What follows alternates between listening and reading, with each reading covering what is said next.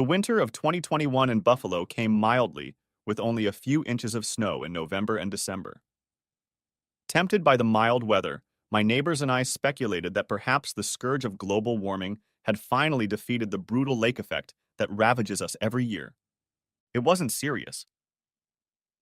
January brought sub-zero temperatures and more than 50 inches of snow and sleet. Overwhelming proof that, at least for the moment, Jack Frost is still beating the crap out of Al Gore's inconvenient truth. Buffalo does a good job of clearing snow from the streets, but it was still a nasty drive for most of that winter. As the owner of my own company, Jim Carlisle Marketing, I had an easier time than most. I could usually work from home, a privilege I extended to my employees when the weather got particularly rough. Our specialty was producing engaging, somewhat truthful paid articles that presented our clients in a new and surprising light. For example, one of our clients was Timber Valley, a local retirement village. Instead of focusing on the facilities, pools, art rooms, and semi-independent apartments, as usual, we commissioned articles about the link between exercise and delayed aging and illustrated them with photos of Timber Valley residents ziplining, jet skiing, mountain hiking, and other strenuous activities. In the first quarter after our articles were published, sales increased 5%. In the second quarter, we began offering discounts for extended family members, and sales increased 9%. Later, when we introduced the hashtags #WildRetirement and #TimberValley4Life, sales increased 13%, and they continue to grow. My job isn't rocket science, but I think it's fair to say that it takes a special kind of weird brain to position the death waiting room as life's next adventure for the Woodstock generation. Fortunately, I have such a brain, and I seem to attract similarly weird people. Together, we've turned daydreams that nearly got me kicked out of 6th grade into a career that recently crossed the six-figure line. And that doesn't mean I spend all my time with my head in the clouds. My job relies on picking up small details and building stories around them, so I like to think I'm on top of things, at least until I let my mind wander. Which, admittedly, I'm prone to. My wife Linda, on the other hand, has always had her feet firmly on the ground. As office manager at Sprague, Sprout and Screwy, one of Buffalo's largest law firms, she had to manage a herd of overly ambitious and anxious lawyers into something resembling a functional firm. I was a little nervous when she started working there. Legal ethics is more of a joke than a strict rule, and I'd heard too many stories of workplace shenanigans. But her first office Christmas party put my mind at ease. It soon became clear that while Linda was essentially a stay-at-home mom to an office full of stoned bonobos at Spanish Fly, she viewed her charges with a kind of disgust and bewilderment. Linda had to be in her office from 9 to 5, regardless of the weather, so I was the one who walked our kids, Emma, age 8, and Tommy, age 6, to school in the mornings and picked them up in the afternoons. By default, this meant I was also the primary parent, the one who handled doctor's appointments and teacher conferences, organized cupcakes for birthdays, and transported the kids to playdates. I usually treasured that. My dad missed most of my childhood, and I considered myself lucky to be able to see my kids grow up. But it wasn't always sunny and rosy. That winter, due to school closings, I spent a lot of my time as a stay-at-home dad, tormented by the muffled sound of Frozen coming from the living room, and repeatedly having to interrupt my work to serve snacks, resolve conflicts, and tell stories to a couple. Despite my best efforts to get the kids out into the yard, the icy temperatures and huge drifts of snow usually kept us skulking inside. By the time Valentine's Day loomed on the horizon, I began to understand in a new way why the Donner Party ended the way it did. I think maybe it wasn't just the food. Linda was feeling a little better about her job. At least she could spend the day socializing with adults. But I could tell the walls were closing in on her as well. In a burst of optimism and desperation, she and the other wives in our circle planned a big Valentine's Day outing. The women got down to business. They bought new dresses, took care of childcare, made reservations at a first-class restaurant, and found a club known for good cocktails and great dancing. It was to be a grand celebration of getting through the harsh winter and a little energizer to get them through to spring. Linda rolled the dice when another storm hit, dumping a ton of snow and shutting down half the city. The club closed, The restaurant canceled our reservation, and the state police advised everyone to limit travel to only necessary errands. Even if they hadn't all intervened, I'm sure Linda would have wanted to cancel the trip. The temperature was well below freezing, and her new dress and shoes would have looked strange over thermal underwear and wool knee socks. So on the morning of February 14th, I found myself shoveling 1.5 feet of snow off the driveway. Not that we were going to go outside anytime soon, but with 2 kids in the house, you can't afford to be snowbound. Besides, it gave me a little respite from listening to Frozen. The irony of Emma and Tommy's obsession with Frozen did not go unnoticed by me. If Disney's addictive nugget makes kids think of the magic of snow and ice, so much the better. As for me, my thoughts leaned more toward Jack London's Making Fire and that group of rugby players who crashed in the Andes in the 1970s. The snowblower was in the repair shop that morning, and I imagined myself slaving away in a windy prison. Jimmy DeFriend's muscles tensed as he pushed his battered shovel through the snowdrift. Cold enough for you, Red? He turned to his friend, who was digging his own ditch in the pleasure yard. No, Jimmy, I like it a few degrees colder, replied Red thoughtfully. It makes me feel fresh and young, like beer in the refrigerator. Hadley, the toughest cog in Shawshank, shouted at them. You're not at a tea party, ladies. Less talk, more shoveling. Red and Jimmy got back to business. Cranky, cranky, Jimmy muttered loud enough for Red to hear. Like he's cold or something. Red coughed what sounded like a giggle. No, Jimmy. Hell doesn't get cold. Jimmy DeFriend shoveled the snow and smiled his enigmatic smile, thinking of the Rita Hayworth poster hanging in his cell, fluttering in the icy draft. I must say that by mid-February, even my daydreams had become a little gloomy. Tapping my shovel on Linda's bumper, I cast an angry glance at the sticker she had affixed. A woman needs a man like a fish needs a bicycle. Damn Gloria Steinem. Look, I get this Steinem plea. A man basically needs food, shelter, air, and, at least in Buffalo in February, a very warm coat. But love, romance, not so much. You don't need them to survive, or to define yourself as an independent being in this world. But Lord, you start your negotiations with the phrase, I don't need you? Imagine starting a work meeting with the words, I don't need you for shit. Whether it's true or not, it gives the impression that you have no intention of building a relationship. When Linda put a sticker on her car, I printed out a couple dozen that read, A man needs a woman like a lobster, needs a chainsaw, and stuck one on the back of my Ford Expedition. I think she got the point but didn't see the irony. Truth be told, Linda has no tolerance for irony. She's smart, loving, and has a great sense of humor, but sometimes she gets carried away with phrases like, the future is women. My body, my choice. Act with the confidence of a mediocre white male. A woman's place is in the House of Representatives and the Senate. It's not that I completely disagree with her slogans, although the future is for women really pisses me off. I'm for bodily autonomy, equal pay, equal political power, and equal opportunity. I'm proud of my mother and grandmother, who went to college, had great careers, and fought prejudice in the workplace.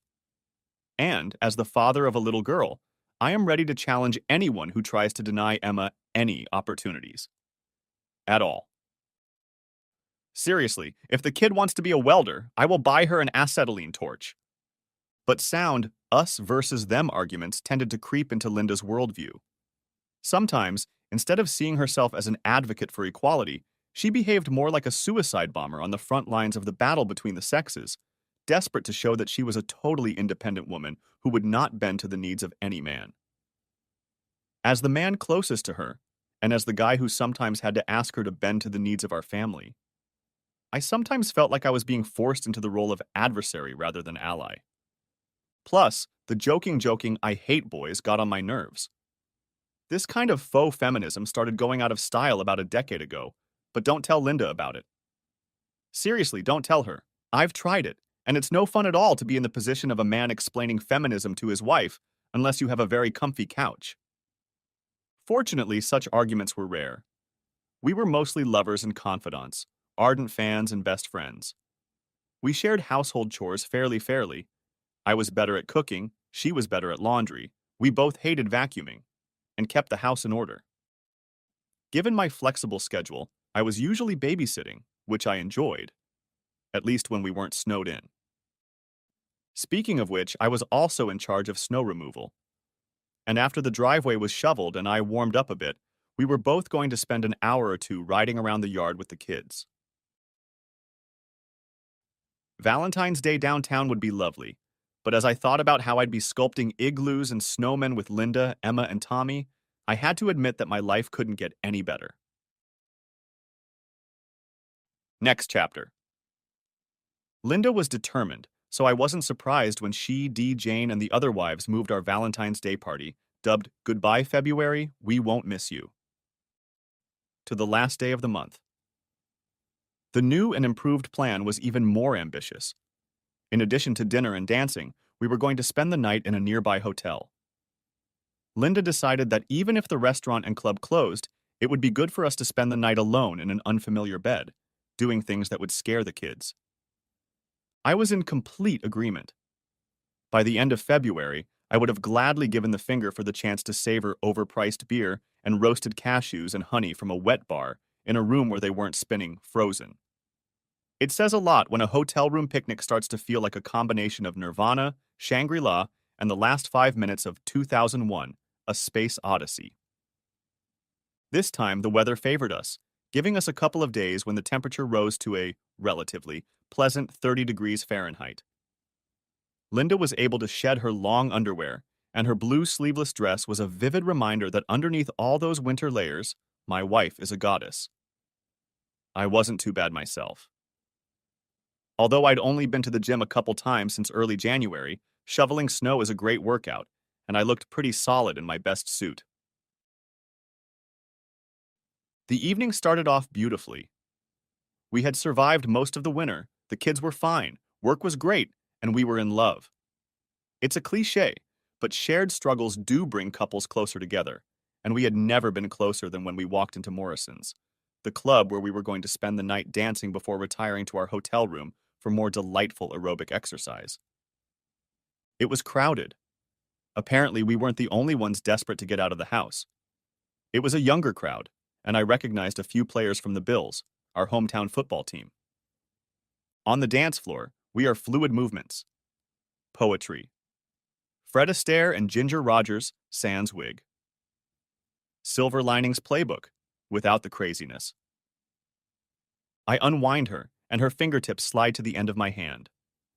Her eyes stare into mine, burning with desire. She caresses my hand as I wrap my arm around her waist. Our legs are perfectly synchronized. Come here often?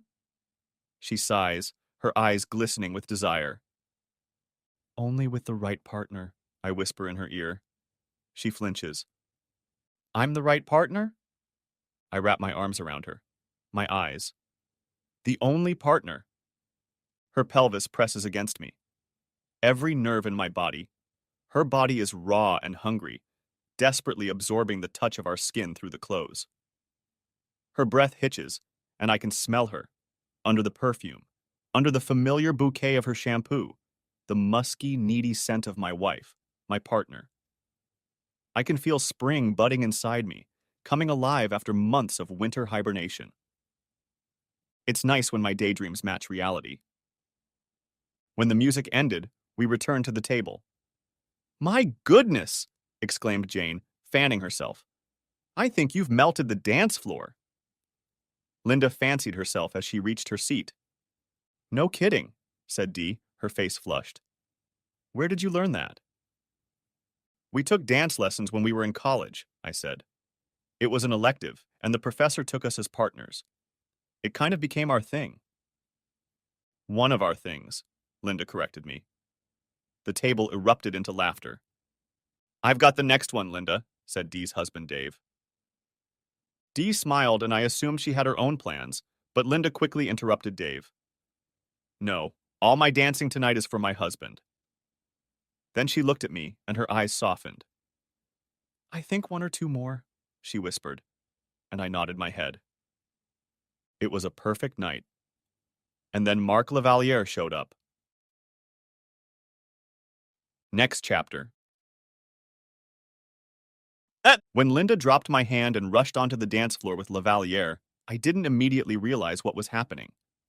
At first I thought it was a joke, that she'd turn around, come back and say, "Just kidding, baby, let's get out of here."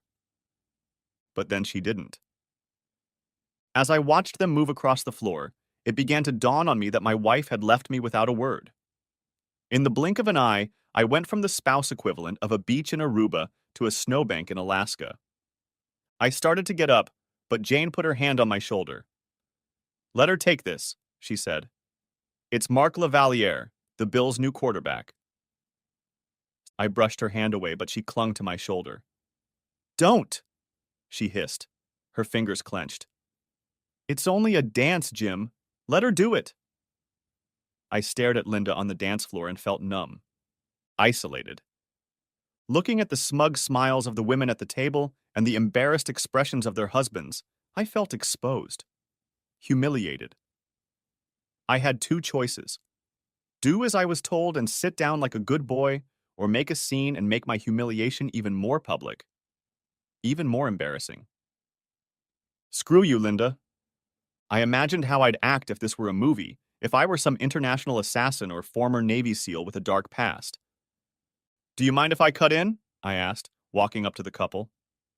"Find your own," Lavaliere grinned. "This one's already taken." "Yeah, she's taken," I growled. "She's my wife." "Jim, please," Linda said, keeping her eyes on Lavaliere. "Just one song." "I don't think so," I said. Lavaliere barely had time to turn away from her before he was stabbed in the back. Ibrahim Moises and Dan Smith, the Bills' quarterback and receiver, came out of the crowd, but Lavaliere put his hand up and they stopped. "I'll handle it," he said. "Hubby will be a good boy and let us finish our dance." I froze. The orchestra switched to a lilting instrumental composition. The talking stopped and the room fell silent. Behind me, a flock of pigeons took off. I wiped my lips. Blood. Smiling, I stood up straight, dropped my arms to my sides, and raised my eyes to Lavaliere. He grinned. "I don't think so," I growled.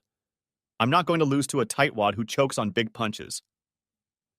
I snatched up my Springfield Armory M 1911A1 V12 dual pistol. The pistols exploded, taking out Moises and Smith. I ducked behind one of the tables as Lavaliere drew his weapon, a Beretta 92 FS Inox, and shoved Linda into the crowd. He fired twice. Dee's head exploded into pieces, and Jane coughed up blood after being shot in the neck. Good riddance. I rose from my hiding place, weapon at the ready. No. No. This wasn't an old John Woo movie, and it wasn't a nightmare.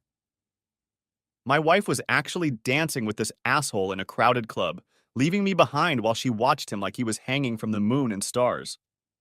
I had no weapons, no intrusive soundtrack, no line of attack near me. Yes, I was in good shape, but I was under no illusions about facing a handful of football players. And by the looks of it, my wife was. And that's the most important thing, isn't it? Because Lavaliere didn't drag her along. She went willingly. She dropped me like a hot potato, never looked back. Even now, her eyes were fixed on him as far as she knew. I wasn't in the room at all. Through the confusion and rage, questions rained down on me. What kind of woman does this? What kind of person? I won't pretend I wasn't in a blinding rage at Lavaliere, but was it his fault? Sure, he was a scumbag who amused himself by dancing with married women and humiliating their husbands, but I could hardly blame him for his infatuation with Linda. Besides, he had made no promises to me and was under no obligation to be faithful to me. But Linda, she owed me a lot. She owed me more than that. Watching her on the dance floor, I saw something, and so clearly that I wondered why I hadn't noticed it sooner, in all the other arguments and petty squabbles that had marked our time together. Lavaliere wasn't my opponent. Linda was. She had made herself my adversary. Even if I had a formidable weapon in my hands, a soundtrack playing, and a line of offense behind me, or, at the very least, If I had grabbed one of the knives from the table and stuck it between Lavaliere's ribs, I still wouldn't have won. Linda decided to do just that. Decided to put a few dances with this manicured dirtbag above our marriage. She decided she was an independent, strong woman who needed a man. Her man, like a fish, needs a bicycle. She created the problem. I couldn't solve it for her. She had to choose her marriage and me, whatever it was. She had to bend. If she didn't, we would break. So I sat and pondered and thought dark thoughts for 2 songs while the others at the table made lame attempts at conversation. I saw Lavaliere nod to the bandleader, and I saw him nod back. The third, fourth, and fifth songs were slow dances, and they were all performed one after the other. Lavaliere's dance with Linda was a parody of ours. Instead of our graceful seduction and flowing movements, his dance was a dance of dominance, with a man stomping across the dance floor to seize control of the woman. Linda didn't seem to mind. Apparently, a little toxic masculinity was in order, as long as she was the belle of the ball. Finally, Lavaliere nodded to the bandleader, and the music changed to something more rhythmic. He and Linda stepped out of the embrace, and he leaned over and whispered in her ear. Her smile widened.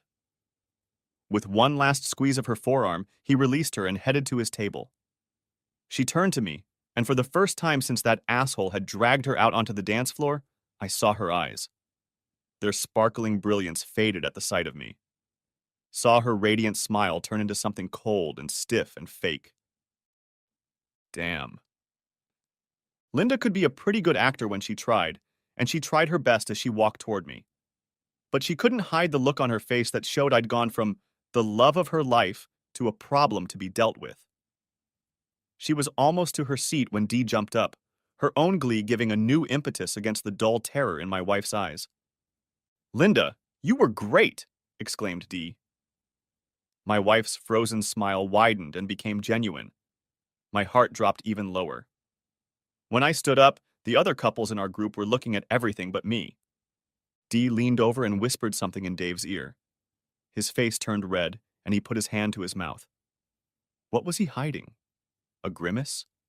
A smirk? "Linda, I have to go to the bathroom," Dee said, her voice unnaturally bright. "Come with me." Linda looked at me again, and I saw her eyes sparkle. And I realized, shit, her body, her choice. Damn it. And then my wife left with her best friend, and I stood alone, feeling like the world's biggest jackass. My skin felt prickly, and I could feel the stares of the whole room on me. Saw the smirks, barely covered by my hands. I coughed. "I'm sorry," I mumbled. "I need a drink." "Jim, began Dave. "Don't," I growled. "Don't say a word." His eyes widened and he went back to looking at the glasses on the table. I don't know what he saw on my face, but I felt a ripple of grim satisfaction. Our friends were silent as I left. It had been a busy evening, and the bartenders were in a hurry to fulfill all the orders, but it didn't matter. The last thing I needed right now was another overpriced gin and tonic. From the bar, I had a good view of the back of the club. Moises and Smith turned down a hallway and passed the restrooms. "Shit," I muttered as Dee stepped outside. She was scanning the crowd, looking for me. I wasn't hard to find. There weren't too many guys making their way across the dance floor, heading toward the back hallway. But by the time Dee saw me, I was practically on top of her. "Jim!" she exclaimed. "Not now, asshole!" I shoved her out of my way. At the end of the hallway, the exit door was already open, and I saw Linda rush out into the parking lot, Lavaliere following her. 2 linemen were blocking the door. I lunged at them. I may not have been a John Woo character, but I was furious. "Hey, Linda!" I bellowed, pushing my way past Moises and Smith. "Hey, bastard!" I shouted. Lavaliere must have recognized the name, because he turned to me and already had his hands up when I came at him. He shoved me hard, and I had a split second to see his smirk before I punched him in the face. I felt something snap in my hand as I prepared to throw another punch, but suddenly my hands were pinned behind my back. "Bastard knocked me down," someone behind me said. "The guy's got talent." Lavalier rubbed his jaw. Not bad, he smirked. Not good enough, but not bad. He turned to Linda. Go to the car, to the white Escalade. Mark, it's okay. I'll be there in a second. I looked up at her, saw her wide eyes. Then I saw the calculation in them. Her body, her choice. She turned away and started walking toward the car. Linda, shouted I. She slowed her step. Last chance, Linda, I said. She started walking faster. Go home, Jim, she called over her shoulder. Screw you, Linda.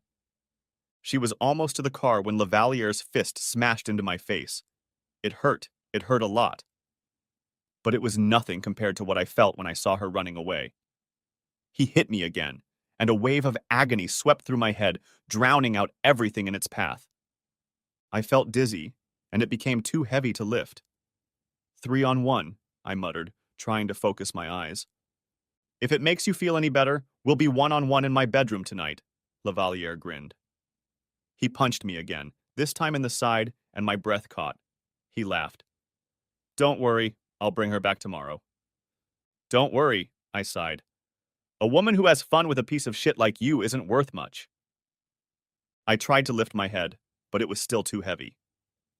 Don't kill him, Lavalier called out from a distance. Then I was dragged back to the club. I threw my head back and saw Linda and Lavalier in the car, their lips already locked together. I think her head was already on its way to his lap when Morrison's back door closed and I was plunged into darkness. Next chapter. When I woke up, I was alone. I opened my eyes. Darkness.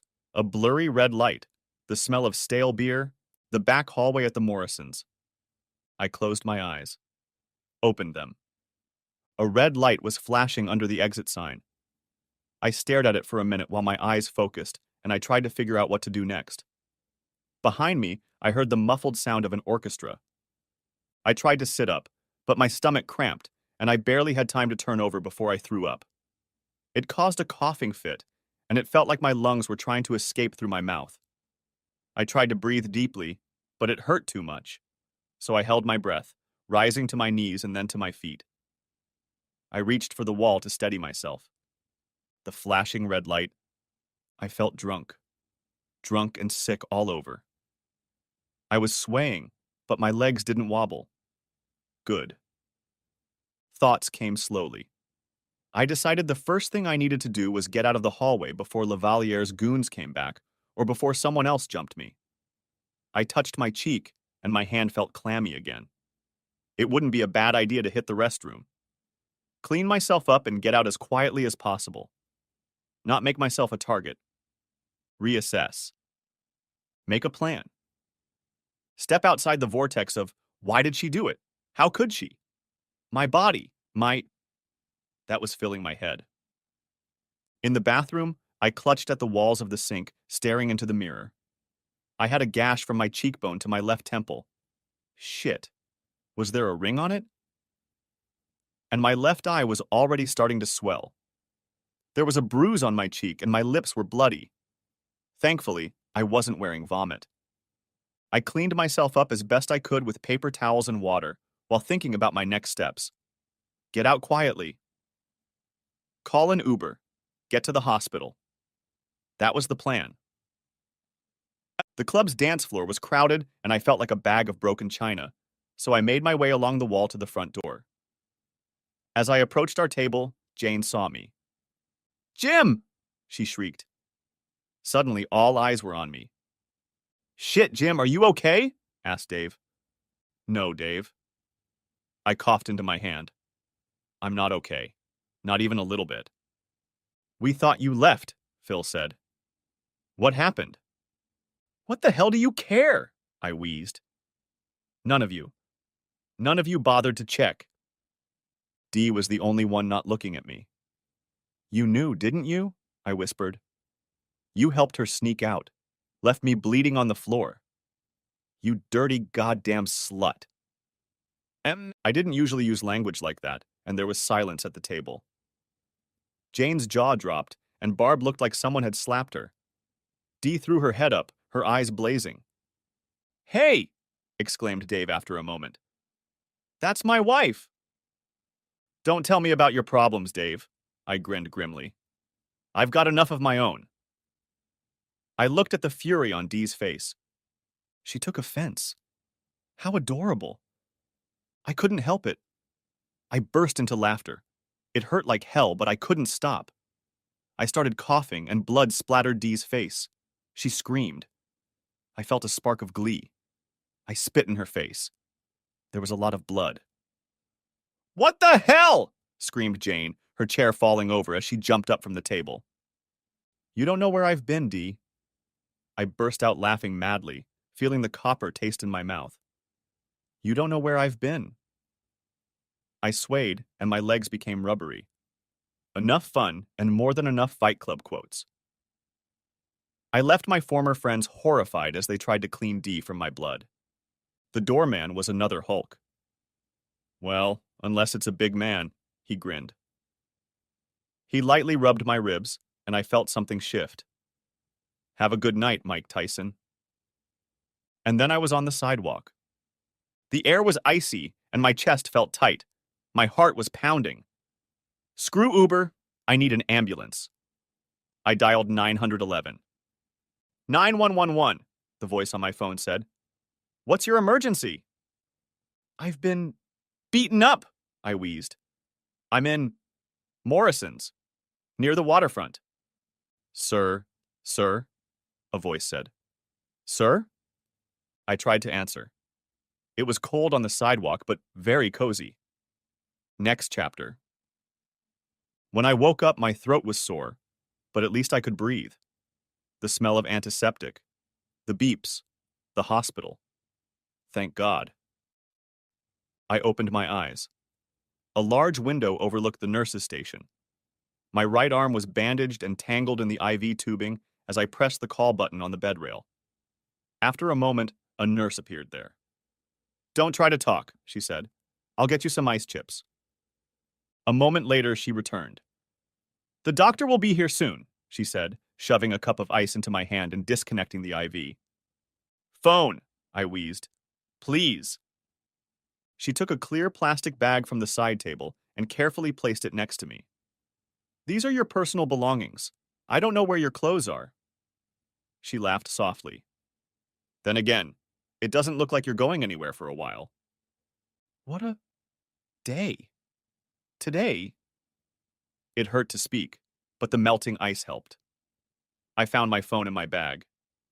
27%. A few messages. Nothing from Linda. It's 4:30 Saturday afternoon. She picked up a chart from the edge of my bed. "You're at Buffalo Hospital. You've been under sedation since you were brought in last night." "My wife," I began. "We've tried to contact her, but she's not answering." "Don't!" I wheezed. The nurse looked at me in surprise. "I don't want to see her." I fumbled in my glass and took another ice cube. "It is hospital policy to contact the next of kin, Mr. Carlyle." "I'll call parents." I swallowed. "Keep my wife away." She blushed. "Yes, sir," she said. "Besides, the police have been asking about you." I threw her a questioning look. "It's standard policy to call them when someone comes in looking. Looking like you." "I can't talk to them right now." I closed my eyes in pain. "Later?" "Okay," she said softly. "Is there anything else I can get you?" "A phone charger." I gulped. "USB-C, please." "I'll see what we can find. If you need anything, press the button." She smiled at me as she walked away. I wondered if I was going to be the last serving of juicy gossip in the department. I texted the parents and recounted the gist of the story, then sent them Mrs. Porter's phone number and asked them to check on the kids. They said they would come visit, but they live in Leroy, so I figured it would take a couple hours. A few minutes later, they sent a text saying that Linda had picked up Emma and Tommy the day before. Apparently, Mrs. Porter was pissed that we left the kids until 3. Interesting. The next message was addressed to my friend Bailey. Well, he's kind of a friend, but he's basically my lawyer. We've known each other since college, and now he represents my business. It's weird having your contracts handled by a guy you used to do beer bongs with, but he's never left my side. I realized how important that was and how rare it was. Bailey, I need your help, I wrote. In the hospital. Buffalo General. Need to see you as soon as possible. It only took a moment. I'm with the kids, but I'll be there tonight. No need to leave the family hanging. It'll all work out tomorrow. I'm at the in-laws' house, man. The kids are watching Frozen. You're doing me a favor. Maybe I should consider moving Bailey into the mostly a friend and also my lawyer category. Next chapter. Dr. Patel came by a little later and told me I was very lucky. Seriously, is this a requirement for doctors? Do they ever tell patients they're damn unlucky? I dislocated my wrist from hitting Lavaliere's jaw, but other than that and a dislocated shoulder, all my limbs were intact. I took a few hard blows to the face and a minor concussion. It took 10 stitches to close my cheek, but nothing was broken. Patel said the scar would give me some character. He was a disturbingly cheerful guy. Below my neck I had 3 broken ribs, one of which had punctured a lung. I had a chest tube inserted, and the lung began to fill with air again. My chest was wrapped up like a mummy, and Dr. Patel predicted that I would have to stay in the hospital for a couple more days. That, at least, was good news. The last thing in the world I wanted to do was go home to my blushing fiancée. I was still awake after the doctor left, so I checked all social media. Jane's Facebook page had posted a clip of Linda and Lavaliere dancing. She didn't name names, but Mrs. Weatherspoon, a widow who lived in our neighborhood, tagged Linda and me. Damn. I didn't bother reading the rest of the comments. I was already uncomfortable. Typing Morrison and blood into YouTube, I found a couple videos of me coughing on D. One of them, titled Drunk Guy Vomits Blood, even showed me getting clipped by a doorman. Someone posted a little footage of me being scraped off the sidewalk by paramedics. According to Morrison's Lavaliere, and there were videos of Lavaliere and Linda dancing, and a few of me looking like a volcano waiting to erupt. One of them, posted by Moizu, was titled, My Boy is a Bull. It depicted the whole scene. Lavaliere walks over to the table, picks up Linda, and leaves me with a sagging jaw. Throughout it all, Moizu kept up a running commentary, switching from Linda and Lavaliere to me. Lavaliere's hands on Linda's ass. My unblinking gaze, fingers clutching a steak knife. What are you going to do with that knife, boy? Linda presses herself against Lavaliere's ass. Fury. Is the baby going to cry? Laughter. I watched to the end. Watched the play of expressions on my face. Confusion, disbelief, anger, hurt, rage. I bookmarked the whole thing and then watched the video of me spitting on D a couple more times. It hurt to laugh, but still made me feel a little better. After that, I was completely exhausted. I curled up in the pillows. Next chapter. Bailey walked in with 2 cups of coffee. From the nurse's room, he said, handing one to me. Bailey, you old son of a bitch. I laughed. You've only been here 5 minutes and already you've charmed the entire staff. I took a sip and almost spit it out. Damn, you call that dirty coffee? He chuckled. He's doing his thing, JC. Now tell me what happened. After I told everything, Bailey looked grim. I've heard stories like this before, he said. Believe it or not, you were lucky. You and Dr. Patel should take your show on the road, I muttered. I'm not having much luck right now. There's a lot you don't know, JC. There are rumors on the streets about Lavaliere and his gang. It seems our glorified tight end has gotten involved with some pretty bad players. In the off-season, he trades himself and his teammates to some cuckold. They seduce married women and then blackmail their husbands. If they got to Linda, that means they've already got other wives in your group. Hell, Morrison is their hunting ground. I thought of D. It was all coming together. How did this not make the news? If I'd known? Everyone knows, JC. The editor of the Buffalo News, the mayor, the police chief, the judges, the NFL commissioner, they're all being blackmailed. They even killed one guy. The official reports say it was suicide, but man, who shoots themselves in the back of the head and then takes their own heart, kidneys, liver, and lungs? Black market organ harvesting, exclaimed I. How? That's just the tip of the iceberg. Blackmail, extortion, human trafficking, suicide pods, and at least one playoff game that was probably rigged. They'll get more than a 5-yard fine for that, I growled. What can we do? Well, there's a camp out west. I can send you there to keep you safe. Next chapter. When I woke up, I mumbled something about not wanting steak. It took me a minute to realize that I was still in the hospital, that Linda, for all her cruelty, was probably not a murderer sent to put me in a cage with a rooster, and that I wanted a cup of coffee. By the time Bailey and my parents got to the hospital, the nightmare had dissipated, and I was feeling much better. I waited until everyone was gathered. I only wanted to tell the story once. Mom and Dad had a hard time believing me, but social media left no room for doubt, and neither did my medical records. Say what you want about hospitals, but they do a great job of deciding if someone beat the crap out of you. Too bad we don't have videotape of them beating you up, JC, Bailey said. Sorry we didn't film it, dude. I coughed. Maybe if I'd been a little more warned. My dad gave me a regretful smile, but my mom looked shocked. I remembered the flashing red light in the back hallway. Hey, is there any way to get the security footage inside the club?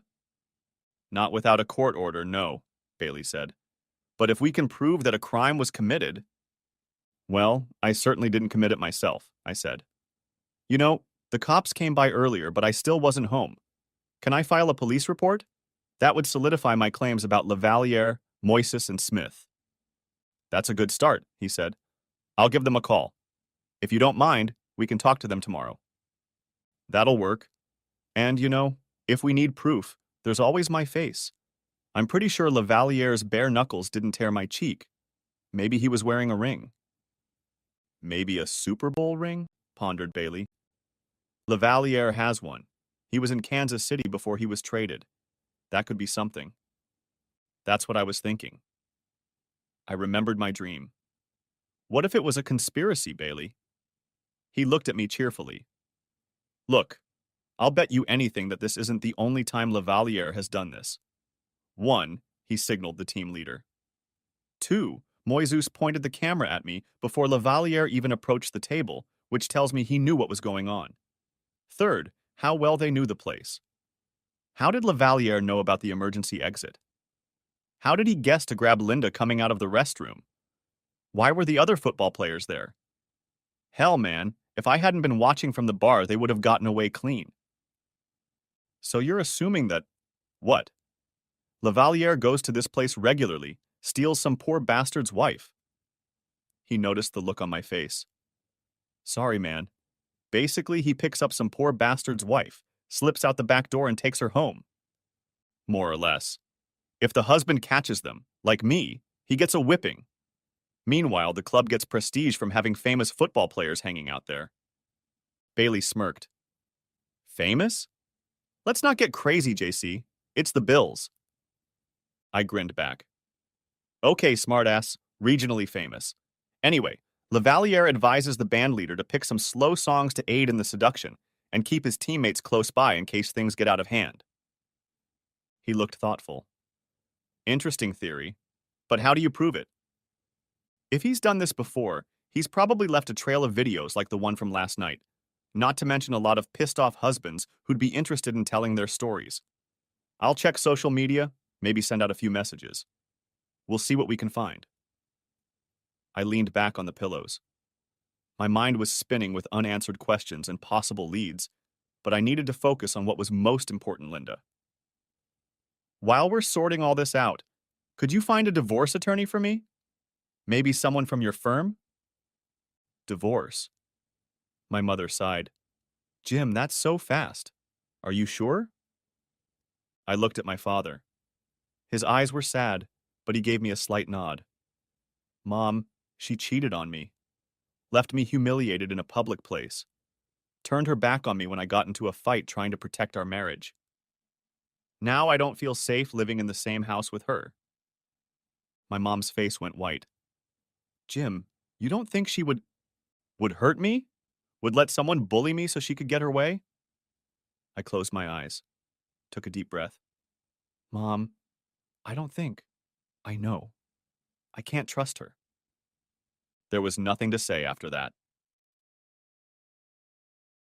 Next chapter. I did my investigation and Bailey did hers, and when we met with the police on Sunday afternoon, we already had every reason to make a case. They were skeptical of my story, but when I showed them the video footage from Friday night, they perked up. After I showed them a series of videos of Lavaliere at Morrison's over a 6-month period, their smirks disappeared. I think when combined with my medical records, the story began to make sense to them, too. Later, my parents brought the kids to me, and we had a great time curled up on my hospital bed, watching Frozen on Emma's iPad. Given my mom's reaction to my divorce filing, I expected her to be in favor of reconciliation, but she surprised me. On Sunday, according to Dad, she read Linda the Riot Act. I never found out what she said, but it was clear that Linda wasn't coming to the hospital anytime soon. As I watched Frozen with the kids, I came up with some great revenge scenarios, but they were just dreams. I couldn't fight. I couldn't maim. I didn't have the money to kill Lavaliere, and I wasn't about to send the mother of my children to a Mexican brothel. After all, I had a good lawyer, a moderately healthy bank account, a growing business, and a knack for telling stories. Good stories. Convincing stories. I started thinking about storytelling, about public storytelling. Given my line of work, I'm surprised it's taken me this long. Blame the concussion. Jane's post got a couple hundred comments, from people berating me for being a wuss to people berating Linda for being a phony. Pretty much what I expected. I created my own post, which I've linked to. Dear friends, family, and neighbors, as you may have heard by now, Friday night my wife Linda cheated on me. You may have seen the videos of her dancing with Mark Lavaliere, our city's celebrated quarterback. But those videos don't tell the whole story, and I believe you deserve to know everything that happened. I have outlined my story and provided links to all the videos I have collected. I noted everyone involved, including Moises, Smith, Lavaliere, Morrison, and the people sitting at our table. I even found the Facebook page of the band that was performing that night and plugged them into the conversation. And finally, I summarized it. That was it. My wife cheated on me with one of the most famous sports stars in town. When I objected, he and his teammates sent me to the hospital. As far as I can tell, this was done with the consent, and in some cases, the active support of our friends, the club we attended, and even Morrison's house band. I pride myself on taking care of my family, but when you have the Bills' offensive line in front of you, a table full of traitorous friends, and a wife who has decided that a night of fun is worth more than her marriage, well, there's not much you can do. I have already filed a police report detailing the events of that night and will begin divorce proceedings against Linda as soon as possible. In the meantime, I hope all of you will take this opportunity to think about what each of us owe each other. Think about loyalty. Think about love. Think about friendship. And while you're here, think twice before you go to Morrison's on Friday night. Bailey thought it was a bit instructive and probably bordering on online harassment. Then a random Generation Z kid, who happens to have a grandfather in Timber Ridge and happens to love ziplining, dramatically read my post on TikTok, and the whole thing went viral. Needless to say, Bailey went into apoplexy. Fortunately, the district attorney wasn't as concerned about online harassment as she was about physical assault, and she secured a court order requiring Morrison's Club to produce the recordings made on February 28th. At first, club management balked, claiming that the security cameras weren't working that night. But when the DA expanded the court order to include 12 other nights when Lavaliere was videotaped dancing with another man's wife, apparently they decided the case was done. The DA also demanded that Lavaliere turn over his Super Bowl ring for examination, which caught the attention of Bills' management. He, Moises, and Smith were suspended. It didn't mean much, since the season was already over, but it's the thought that counts. Meanwhile, Bailey found me a divorce lawyer. Dolores Cartwright was ingenuous, straightforward, and thankfully, willing to make a home visit to the hospital. In the absence of any real evidence of adultery, we settled on an irrevocable separation. I asked for primary custody, the house, and full control of my business. In return, I offered all of our joint savings and agreed to assume full responsibility for the mortgage with the stipulation that we split the equity when Tommy went to college. According to standard calculations, there was virtually no child support or alimony. It was a generous offer, especially since I had not insisted that the district attorney charge Linda as an accessory to my assault. Nevertheless, the terms required Linda to move out as soon as I was fully recovered and able to care for the children. We agreed that if she resisted, we would reapply for cruel and inhuman treatment. Even if the judge didn't agree, it would definitely shake her reputation in the community. With Dolores's guidance, I closed our joint credit cards, dropped Linda from my insurance, and did all the other little things one does when deciding to separate from a spouse.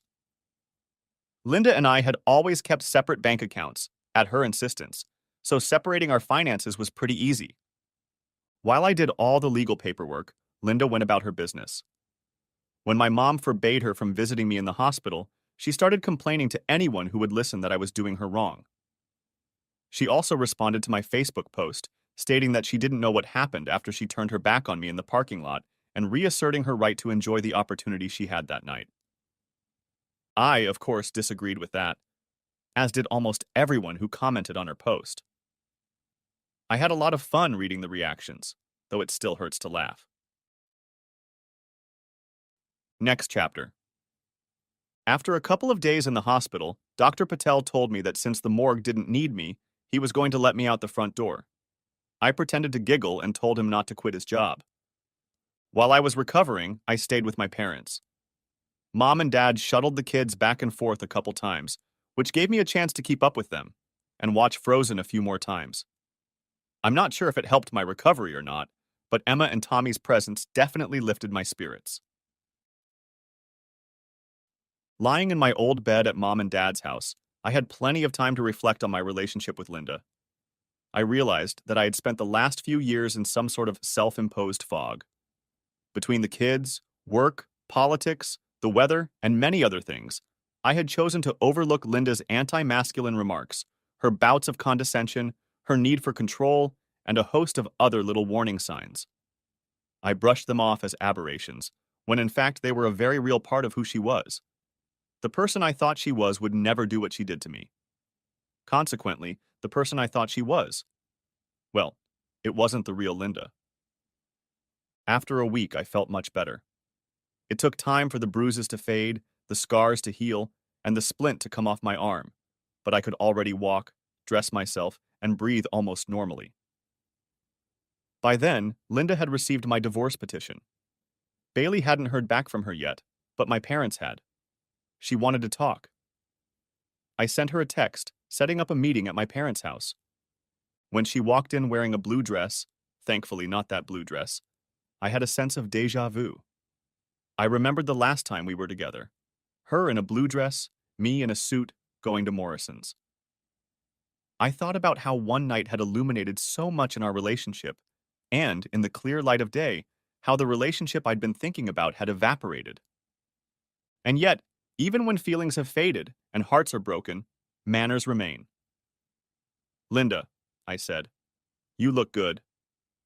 Linda smiled shyly at me. "You too, Jim." The lie sounded almost sincere. Her gaze scanned the stitches in my cheek, my black eyes, the splint on my arm, and she looked away. "Thank you for agreeing to meet with me." I shrugged. It was bound to happen. We have 2 kids. We should be able to get along with them, if not more. I pictured Atticus Finch, Perry Mason, Longfellow Deeds, people who would have the words, the eloquence, the righteousness to face this moment and win. No, it had to be me, my words. And the usual script was no good. What do you think is going on here, Linda? What do you want to get out of this little conversation? Linda paused for a second. I wasn't saying the phrases she wanted to hear. Jim, if I had known I was going to hurt you, I would have never. Stop it! Snapped at me. She jerked as if I'd slapped her. Stop saying, it didn't mean anything. It was just one night. It was just sex. Just stop. And while we're doing that, let's skip the next part. If you let me have that night, if you didn't follow me, it's your own fault you were hurt. Let's just skip to the end. What is your ultimate goal? What do you want? Linda wasn't used to seeing this side of me. She blinked. I want you to come home, she said quietly, carefully. I want you to be with your kids. You can stop that too. You can't play the children or the loving wife card. While I was fighting for our family Friday night, you were running off with a big, strong jock and having fun with him in the car. Her eyes widened. Didn't think I'd seen that, did you? Congratulations, Linda. You got what you wanted.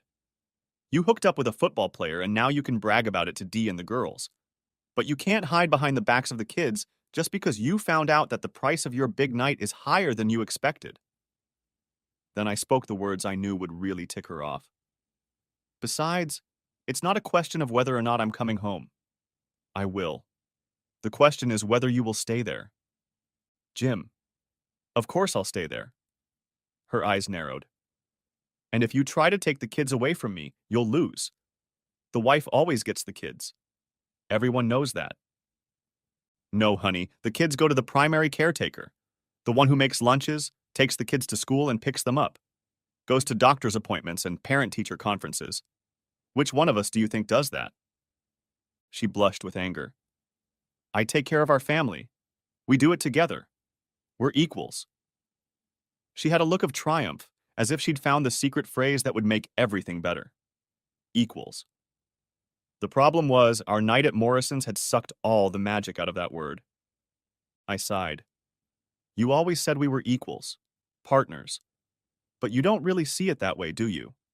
I've spent years listening to your snotty comments about little boys being led around or having emotional depth like a cocker spaniel. And you always end with something like, but not you, honey. You're different. You're special. But you don't really believe that, do you? You believe you'll use the kids as leverage to get your simple-minded, slightly dumb husband to come home, and then you'll lead him around by the nose until it's over. I'm sorry, Linda, but steak isn't going to fix the situation. She tried to look smug, but she couldn't do it. Be realistic, Jim. You're going to give up everything. Your kids, your family, our lives, for one night? I snorted. That's the thing, Linda. I've never really had you, have I? Friday night proved it. I paused. Had I really wanted to get to this point? And then I saw the little smirk playing around the edges of her mouth that told me that after Mark, I would always come second. She was the alpha who could snag the football star, and I was the beta who was lucky enough to snag her. Screw it, why not? Her mouth dropped open. I'm sorry, Linda, but you're not the best thing in my life. Honestly, you're not even in the top 5. But you, she hissed. I shrugged. I suppose you may have loosened up for Marky, but I'd still be surprised if you were in his top 100. If I had to put money on it, I'd bet that the most exciting thing for him that night was that he took you away from me. I think he has some daddy issues, but that's just between him and his therapist. What? No, he picked me. I was the most beautiful woman there. You weren't some great conqueror. At best, you were a Friday night prize. The weekly trophy he gets for being the biggest, strongest jock in the house. I'm not a trophy. She blushed, furious. That's incredibly insulting.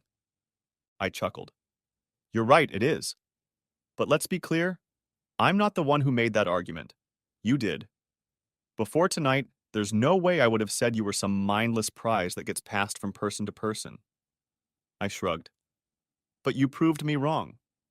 You showed me that you wouldn't hesitate to sell out our marriage, our family, and even yourself for bragging rights in some fanciful Cinderella fantasy with a second-rate celebrity. Screw you, Jim. He was a trophy. He was the best man in that room, and I got him. You should be proud of that. Proud of your wife.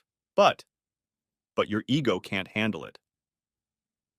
I wondered if she could hear the words flying out of her mouth. Whether she realized that with each syllable, she was throwing another shovelful of dirt into the coffin of her marriage. I knew I couldn't get through to her, but something, maybe our time together, or the love I still felt for her, compelled me to try. Toxic male ego, huh? I've been waiting for this one. Is this when you start talking about how pathetic it is when men rely on force and aggression to get what they want? How weak we are. I smiled grimly. And what did you do to prove it? Turned your back on the man who took care of our family for 10 years. Clung to a muscular, handsome man who would do anything but drag you home by your hair. He didn't. I held up my hand. How many times have we talked about how disgusting it is when men use aggression to get what they want without the consent of those around them?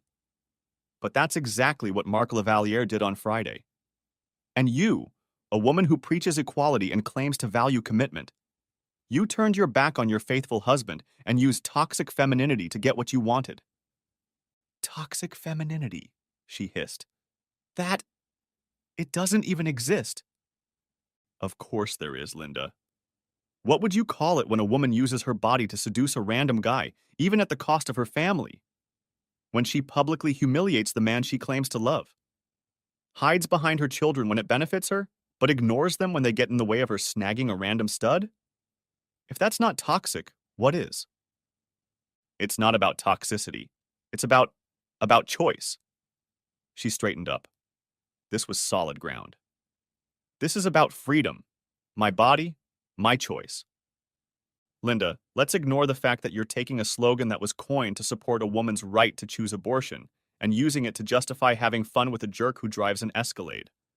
Let's just ignore that for a second. You're arguing that you have the right to pick up a guy at a bar, go home with him, regardless of my wishes. Is that more or less your position? Yes, but... Let me finish. You're talking about choices. Now you chose to marry me too, to build a life, to have children together. When you made that choice, I didn't twist your arms, right? Great. Yes. She stared at me. Linda, those options, having fun with no one and having a family with me, can't coexist. You have to choose one or the other. For most of our marriage, you chose the kids and me. At Morrison's, you made your choice. And because you changed your choice, I'm changing mine. You have no right to... I slapped the table. I have every right. I stared at her. I also have the right to say, my body, my choice. I have the right to choose a woman who will stand by my side and defend our marriage. Who will give up fun with a handsome stranger in favor of a life she says she cherishes. Someone who shares my values and has a modicum of integrity. Screw you and your integrity. Her face turned purple, and I wondered if she was about to hit. You don't have the courage to deal with it, so you run away like a hurt little boy. And you hide your behavior behind your children and a vague idea of yourself as a free, independent woman. Let's get this straight. You claim that women are equal to men. And by the way, I agree with that. But if that's true, then they have equal responsibility. Have you ever heard the phrase, with great power comes great responsibility? Is that a quote from Obama? She rolled her eyes. No, it's from Spider-Man. Linda grinned, and I smiled back. Sure, Stan Lee isn't a feminist theorist or a famous social critic, but he's relevant here. You demand equal power in our relationship, but you refuse to take equal responsibility. You want to be a big, strong woman making her way in the world, but when it suits your purposes, you happily hide behind the prejudice that women are automatically better parents just because they have a uterus. You want society to ignore your body in the boardroom, but you're more than willing to pounce on it in the club, the bedroom, or the courtroom. You want the immense power that is given to an equal partner, but you don't have the courage to take on the immense responsibility to exercise that power honestly. That's nonsense. I simply refuse to. I refuse to let a man define me. You are not my master. You are not my overseer. That's enough, snapped I. You think you're a radical, but at the end of the day, you're just another woman watching two boys fight over her and spread her legs for the winner. Nothing could be more simple, more boring and traditional. Honestly, it went on from there. Epilogue. A couple days later, I moved back home. To the guest room, of course. Although I would have preferred to avoid Linda completely, her job still required her to come in between 9 and 5, and she relied on Mrs. Porter, who was still mad at her, to handle the kids in the mornings and afternoons. Emma and Tommy were suffering, and it was time for me to step in. Back home, I quickly got back into my old routine, combining work and childcare. As for Linda and I, we managed to avoid fighting in front of the kids, mostly by avoiding each other completely. I consider that a victory. Meanwhile, my various legal proceedings continued to slowly move forward. It turned out that I had indeed left DNA on Lavaliere's ring. This, combined with the surveillance footage in the parking lot and in Morrison's back hallway, proved conclusively that Lavaliere, Moises, and Smith had ripped me off. They became attorneys and were able to plead guilty to third-degree assault, which entailed a small fine. On the other hand, they also had to pay my hospital bill. And by the next season, Lavaliere was traded. I hear Detroit is even colder than Buffalo. The assault conviction came in handy when Lavaliere's 10 victims, including me, filed a class action lawsuit for intentional infliction of mental anguish. Moises diligently recorded Lavaliere's nights at Morrison's, and his video, complete with commentary, was eventually played in court. All of the plaintiffs received 7-figure sums. My case involved a 7-figure sum after Bailey received his share. He also received a portion of the 6-figure sum we received from Morrison's for their complicity that night. Needless to say, the videotape of the bouncers' lovemaking came in handy. I'm still trying to figure out where Bailey is on the lawyer-friend spectrum. Linda hired an attorney, who I assume took one look at the whole mess and advised her to sign the papers. Eventually, she gave in, and we began the process of learning how to co-parent. Our conversation at my parents' house made it clear that we were both carrying a lot of baggage, and it was affecting how we behaved with our kids, so we started seeing a psychologist to help us build a less toxic relationship. It took a long time and a lot of yelling, but we found a way to treat each other with civility, if not warmth. We sent the kids to therapy too, but kids Emma and Tommy's age are usually pretty resilient, and eventually we came to a point where we could be in the same room without monsters from the past rearing their ugly heads. After that night, I never saw the pair again. I had heard rumors that Dee and Dave had broken up and Jane and Phil were having problems, but I never tried to follow up on it. Frankly, I didn't care. And so, a year later, I found myself without a wife, but with a fat bank account full of Marc Lavaliere's money, most of which I had poured back into my business.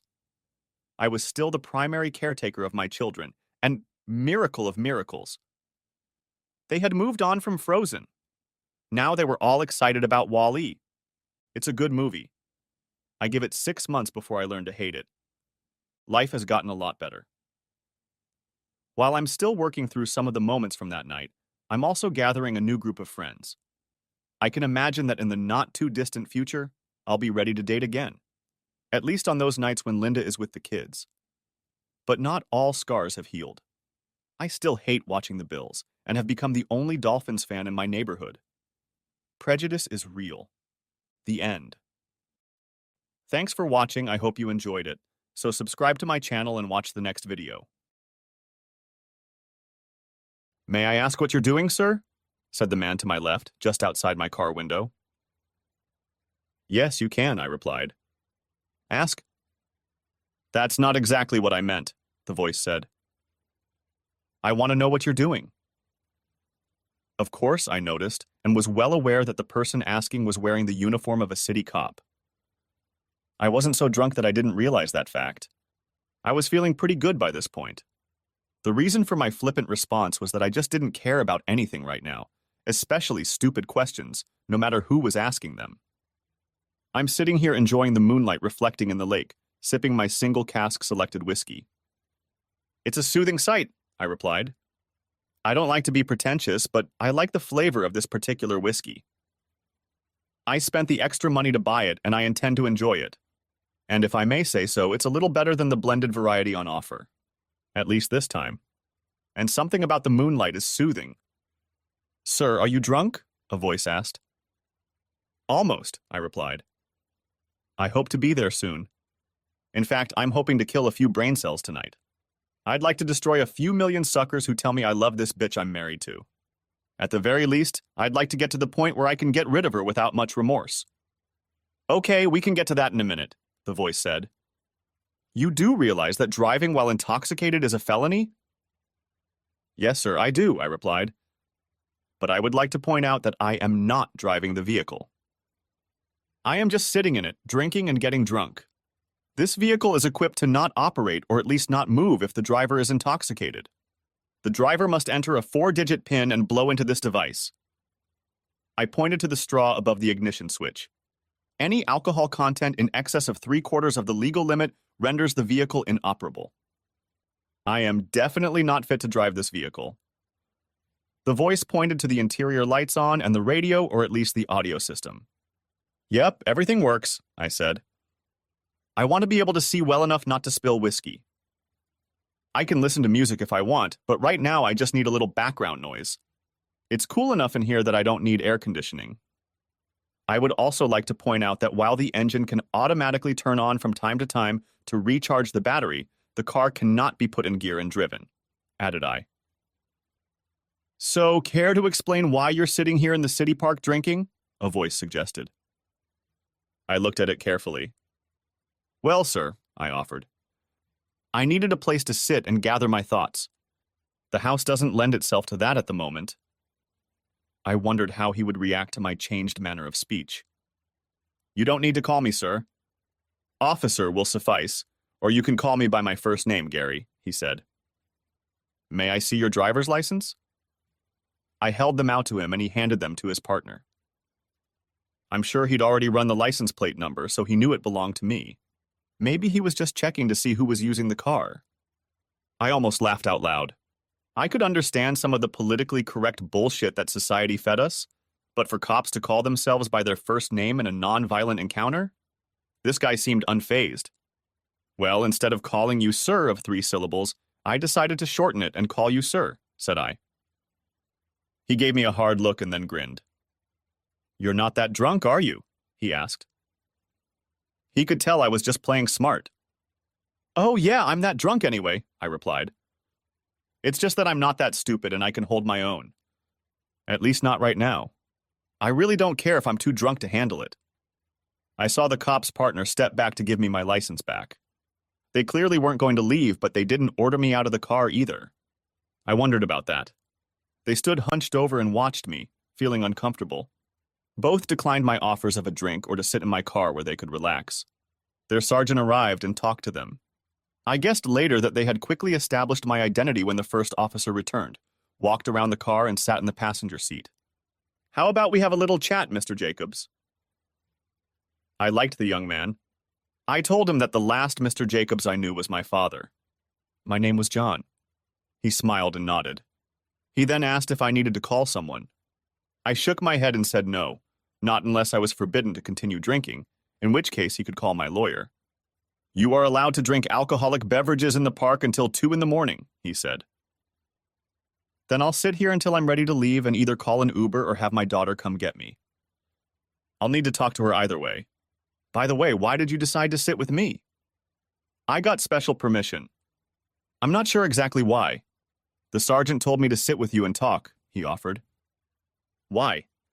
What do you know about me? I asked. No big deal. It all started with a simple man drinking in a car in the park call. As soon as we identified you, I was told to sit down and start talking, and here I am. I have no idea what that means. My sergeant said I could have 1 drink if the situation called for it. He'll sign it. That fact alone makes me think there's more to the story. But I'm still not going to drink beer or whiskey. Have you got any soda or water? The young policeman said. It's whiskey from the same cask. It's almost sacrilege to dilute it, I exclaimed with a smirk. But there might be a soda in the refrigerator behind your chair that you might like. I like to have something caffeinated every now and then, so I have some in stock. He reached back to open the built-in refrigerator. What kind of car is this? From the outside, it looks like a regular little hybrid. But everything about it is high-tech. This is no ordinary car, he asked. Who are you? I ignored the young policeman's obvious confusion and changed the subject by asking, Are you married? He shook his head. Well, I'll be married for a while yet. Have you ever thought about marriage, or rather the sanctity of marriage? Fidelity versus infidelity? Well, yes, Gary offered hesitantly. I would expect my wife not to have fun with anyone, and I certainly wouldn't. I had a girlfriend who thought that since we weren't married, she could have sex with whoever she wanted. We are no longer together once I caught her with a guy in our apartment. I asked him what he had done. I almost did enough to get kicked off the police force. I showed him my service weapon. When I got home, he was already entertaining her. If I had known it was being recorded, I might have punched him, but I never would have pulled my weapon. I laughed and held out my fist for a punch. He grinned back. Sure, he begged, cried, almost shit himself, and then tried to file a complaint. They took him aside and told him he'd have a hard time if he pursued anything, and he couldn't even walk down the street without having to show his ID every block or two. And if he spit on the sidewalk, he would be arrested. He figured it out and left town. I, of course, got a letter of reprimand anyway. It was a complete gift, and only because a senior officer had gotten into a similar situation a few months before and was covered up. Well, that's a better story than mine, I admitted. I would have loved to catch the bastard while he was entertaining my wife. Maybe I would have pulled the trigger, even if the bastard was half my size and a dozen years younger. Gary looked at me. Okay, I take it your wife is cheating and you know who it is. I nodded. The guy was perceptive. You didn't catch them in the act? I shook my head. My wife Donna said the dumb line to me. We need to talk. She didn't even say darling. I have no more respect than Rodney Dangerfield, I said. I came home after a long day at work and there was my wife and sister-in-law waiting for me with a couple small suitcases. I walked through the door and was ambushed. Shit! Gary exclaimed. What happened? They tell me I'm a worthless bastard, I said, taking a sip of whiskey. Well, not in those terms. My wife says she's found someone more exciting, more suited to her needs than me. Doris, her sister, sits back and smirks, listening to me. I ask her what she is talking about, and she replies that she has found a real man who puts her needs before his own and makes her feel like a real woman. I said. Her sister nods like one of those little dogs you see on the back window of a car. And then the bitch, I mean sister-in-law, says he has enough money to support her the way she deserves. So no arguments or talk of divorce. You better get over it and let her have fun with no nonsense. She went on to tell me that this guy was man enough to handle both of them and rock their boats. So apparently both women are whores to this guy. That's what hurts? Not the she was cheating part. I didn't even have time to fully realize that part. It was that I hadn't filled her needs or made her feel like a woman. Oddly enough, that was exactly what my first thought was. Plus, I couldn't or wouldn't support her. I have to admit, I was confused. Donna has never complained about our sex life before, so I know I'm adequate and good to her in that regard, but I was clearly wrong about supporting her lifestyle. Do you think I modified this car to avoid getting a DUI? I built it because my brother-in-law was a chronic drunk and I was trying to protect his ass. To fulfill his duty as a member of the extended family. He had to enter a PIN number and blow into an analyzer before getting behind the wheel after drinking. I always suspected the reason he drank so much was because of his bitch of a wife. He was a nice guy and stayed with her because of his kids, even though they were grown. One night, this idiot couldn't start his car and agreed to give one of his drunk friends a ride, and both of them died. I took the car back. Let's get back to your wife, Mr. Jacobs, the young policeman said patiently. I asked him to call me John. All right, John. Tell me about the time you met your wife. I grinned. You're writing this down, aren't you? I still can't figure out why you're sitting here with me. Do you have a degree in psychology or something? Is it one of those newfangled Wokes interventions? I asked, taking a sip. Not that I care. I'm going to sit here and drink until you arrest me or I have to pee. Oh, I get it. You'll wait until I come out and arrest me for either public intoxication or urinating in a public place. Gary shook his head. No, neither of those things is anything more than a minor fine. One of my bosses made the decision that I should sit here with you, and that's exactly what I'm going to do. My degree is in engineering. I went to school through the ROTC program, and after college, I served 4 years in the Army. After I got discharged, I needed a job, and the police department was just hiring. So 2 years later, I'm here. An engineer, huh? I said. Well, maybe later I'll show you how this machine works. You might enjoy the tour. Anyway, back to my story. My wife Donna told me I was worthless shit. Not exactly her words, but the meaning is the same. Her sister agrees. They picked up their small suitcases and, laughing, headed out the door. My wife says she'll be home Sunday afternoon or evening and we'll talk things over. It's unlikely I'll be there, I muttered. I have a daughter who just graduated from college, and I need to call her. But I'm a little scared. She's at such a vulnerable age right now. Trying to start a career and maybe a social life, living on her own for the first time. How am I going to tell her that her mom is a cheating whore? Worse, what if she already knew and was afraid to tell me? Even worse, what if she knew and condoned my wife's cheating? I wouldn't survive such a betrayal. I began to shake. I almost fainted. Hey, kid, Gary said sharply to bring me out of my reverie. I mean John, Mr. Jacobs. He paused to regroup. Let's deal with this in order. You haven't spoken to your daughter, have you? I nodded and then shook my head, not knowing how to answer. Tell me about her, said Gary. I relaxed a little. I love my daughter. She came along just a year after my wife and I got married. We got married when we were both still in college. My wife said no more kids, so that's it. One child, regardless of my wishes. I know what you're thinking, but yes, my daughter is mine. She even looks like me, or rather other women on my side of the family. Thank God she's not as ugly as me. Gary laughed, and I was relieved. She's smart as a whip and decided to study computers instead of engineering, even though she has aptitude. Maybe you should call her right now, Gary suggested. I mewed and shook my head. He shrugged, but I realized he wasn't going to let it go unchallenged. Later. Maybe, I agreed, not thrilled with the idea. I don't want to leave my car here and I'll need a ride. I need to work that out. I'm just not ready to drive. That's part of what I'm thinking about. I'm making plans on how I'm going to proceed. If you keep drinking that whiskey, you won't remember any of these plans anyway, suggested Gary. Of course I will, I said. I have a tape recorder. I take notes.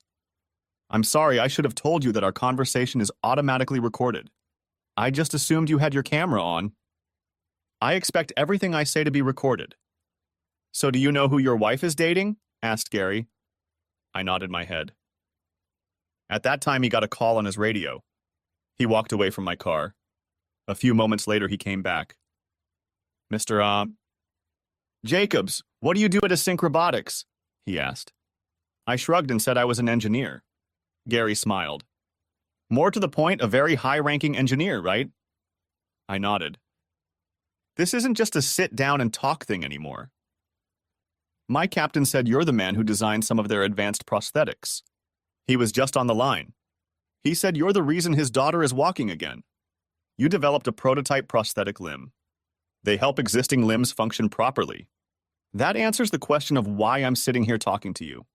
He personally asked me to give you the latest news. I shrugged.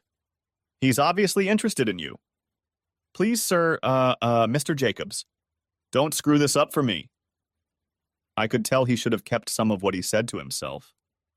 I wondered how Eddie knew I had been contacted by his officers.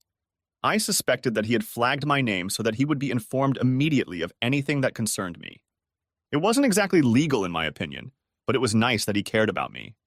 I'd known Eddie since junior high school.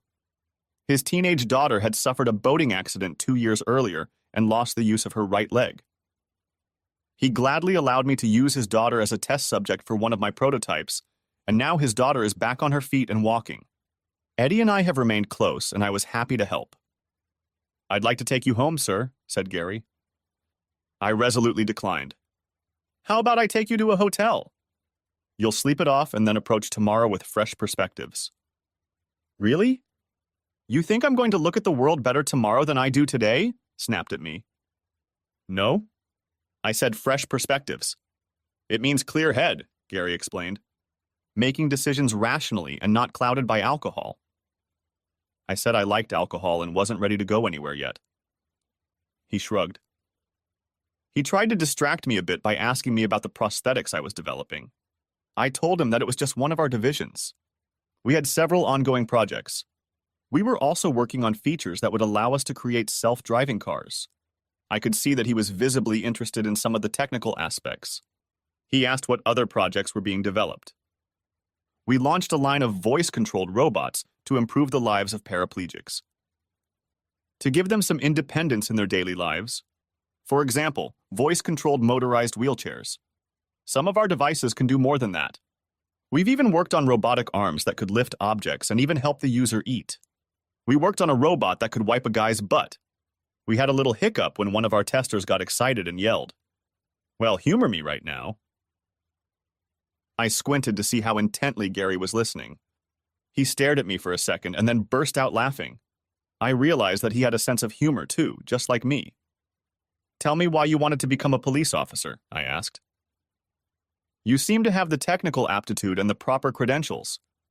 Why didn't you apply to Async Robotics? Yes, they weren't hiring.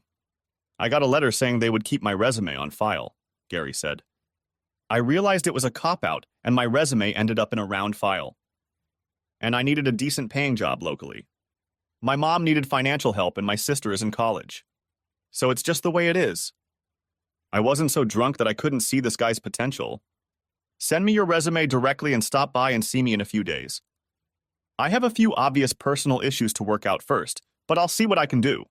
That's if you're still interested in that kind of career. He muttered a thank you, then took a deep breath and went back to the task at hand.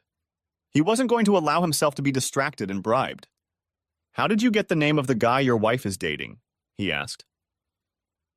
I followed my wife and her sister to the Marriott. No one pays attention to such a small hybrid sedan. I watched them as they met the guy in the lobby. That was all it took. The guy hugged and kissed both my soon-to-be ex-wife and my sister-in-law. Gary looked at me suspiciously. He hadn't stated the obvious, that I had to know this man, and I did. Yeah, I know the creep. A smarmy asshole. I'm wondering if he's deliberately determined to cheat me or just playing games, but he's certainly not a rich man who can provide my wife with a better life like she thinks. I guess you make a pretty good living, Mr. Jacobs, John, said Gary. I mean, if you are a senior engineer, after all. Well, I suppose you're quite an older man, judging by your age and the way you talk about work. I wonder why your wife thinks she needs more money. Or did she just say that to bother you? Ah, you're wondering if Donna is just a bitch. She's a money-hungry bitch who's thinking about switching, said I. Probably both. We have a pretty active sex life. A couple times a week. I'm only 45, and I'm not slowing down too much in that regard. At least I don't think so. My wife might argue with that, but she seems fine with it. We seemed compatible. I think she's just getting nervous, and talking to her bitchy sister probably gave her those thoughts. My sister-in-law is one of those compulsive personalities. She gambles and wins a few $100. Hits a little jackpot. Next thing you know, she loses it all back and heads to the ATM for more money. She'll say she hit the jackpot once, so it's bound to happen again. By the end of the night, she is drunk as hell and out of money. She has a decent job that should be enough to live on, but she is always broke and barely able to pay the bills, even though her kids are grown and out of the house.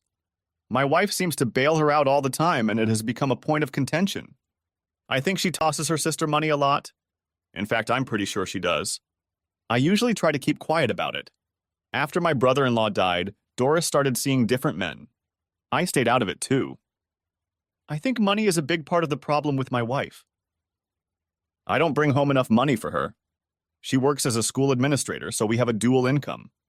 We live well. We have a modest but very nice house, and I paid for my daughter's college tuition so she can avoid student loans. At least once a week, we go out to eat at a nice restaurant. We travel a couple times a year, and she sometimes buys jewelry, especially when we go on cruises. But she wants more. More fancy cars, even though ours are only a couple years old. She got mad when I bought this car from my sister-in-law in exchange for one of our mortgages. She said a simple hybrid was beneath us, even though this car was geared far beyond simple. She drives a small sports coupe but wants more. She argues that I should go and demand a pay raise. I know I can get it, but she'll just spend the extra or give it to her sister and we'll be back to square one. I didn't bother to add that my brother has a nicer house, or at least a bigger house than mine, and he also has more kids. I told Donna years ago that we didn't need a big house with lots of useless unfilled bedrooms. She never budged on the no more kids issue. I don't mean to be an ass, but it sounds like your wife is unhappy that you don't insist on a pay raise. It seems to her that you have to demand it, even though you think your lifestyle is good. She thinks all you have to do is ask and you'll refuse, suggested Gary. Well, part of it has to do with my brother being my boss, I said. Gary looked at me in confusion. Yes, Bob is the CEO and general manager. The thing is, we make the same income, which my wife also knows. She just thinks we both underestimate ourselves. I didn't want to reveal the rest of the story. Not then. And not to a man I didn't know well, and who had heard more about my personal life than he should have. Bob and I not only worked at a sink, but we owned it, or rather, our trust owned the controlling interest. We set the income level to be comfortable, but not excessive. My older brother Bob was also an engineer, but he liked the business side and got an MBA, and when he graduated, he started a small firm making computerized control units for various electronics. We used money from our inheritance, which was locked up in a trust. The trust paid for both of us to go to college. Of course, Bob hired me before I even graduated from university. The company paid me while I went back to school to get my college degree. I was married with a child at the time, so my wife was happy for the money. We just never communicated how the company infrastructure worked. Our families just assumed we were in leadership positions because we had been with the company since its inception. We hired talent to keep the company running, even though for many years HR hired most of the employees. The trust protected the company, but all of our individual assets were subject to community property laws. That's what I was thinking when Gary and his partner knocked on my window. So your wife thinks you're too soft-hearted to go along with your brother and demand to be paid what you're worth, suggested Gary. I nodded. He didn't talk about it or ask, but I could tell he was wondering if I was a wimp. Maybe in my wife's eyes I was. But I was happy with my job and my current lifestyle. We could have had an even better life if she hadn't spent our money on her sister. So, have you made any decisions yet? He asked. I answered him that I was going to get a divorce. I wasn't going to put up with disrespect. 24 years of marriage be damned. I think you need to talk to your daughter. You may be afraid of her reaction, but you need to hear it, he suggested. I reluctantly nodded. Then he offered to drive me home, and when I flinched, he said, Well, your wife won't be there. But I can understand why you wouldn't want to stay there. You know, to be perceived as a rejected husband waiting for his wife to come home. I raised my middle finger. He shrugged and smiled, realizing he was getting a backlash. If it were me, I'd pack up my wife's things and try to stake out my territory. But if things work out like one of my co-workers, your wife will just move back in. I'd at least secure some personal effects. Change the combination on the safe if you have one. Gather some important papers. Just no traveling today. I thought about it, I admitted. I just didn't want to risk him getting mad and starting to smash everything around. Or maybe burn everything to the ground. I've been fantasizing about that. The house is paid for, and I don't think it would be a crime if I didn't take out insurance. Gary shook his head. Getting drunk and staying in a hotel is certainly cheaper than letting anger override common sense and losing your temper. You probably won't be arrested for arson, but your wife could still sue you for destroying her stuff, even if she doesn't press vandalism charges. Besides, she owns half of it all. It's not worth the risk. He frowned. Even the fact that my girlfriend cheated on me wasn't a reason to kick her out of the house. Not legally. Since she was already living there and considered her home, she could stay. We have stupid laws about evicting people. I asked him how he'd handled it. She stayed in the apartment, but that didn't mean I had to stay with her. So I moved all my stuff out, and I mean all my stuff. The furniture was mine, so when I was done, all that was left was her clothes hanging in the closet, and what was in the dresser was neatly stacked on the floor. Her toiletries were still in the bathroom, and her computer and all her books and stuff were on the floor. I left food in the fridge because she had bought some of it, but no cup or plate to eat out of, no pot to cook in. My buddies helped, so they all witnessed that nothing was destroyed or ruined. I had to laugh, or cry at the thought that this part of my life was over. My marriage was over. I just couldn't let Donna treat me like that. When Gary once again suggested I call my daughter, I agreed. I first asked him to drive me to the drugstore to buy a toothbrush and then to the hotel. I stipulated that it would not be a Marriott. As soon as I checked into the hotel, I called my daughter. Gary called one of his coworkers to pick him up, and after we exchanged phone numbers, he left. "Daddy, why are you at the hotel?" my daughter June immediately asked. "Did something happen between you and Mom?" I told her I would prefer to talk to her in person if she was free. "Hell yeah, I'm free. I'm off to dinner with friends, but I'm always available to help you. I'll be there as soon as I can." As I hung up, I realized I forgot to tell her not to call her mother before we talked. But then I decided I didn't care if she did. "What's going on?" asked June as soon as I opened the door to my room. She frowned, looking at my half-drunk state. "The fact that you're drunk means Mom did something. I think whatever she did was stupid and hurtful. She's not stupid enough to try to kick you out. You would have burrowed into the ground. She left you, didn't she? She's gone to Aunt Doris's." I asked how she knew that. "I drove by the house, but I didn't stop.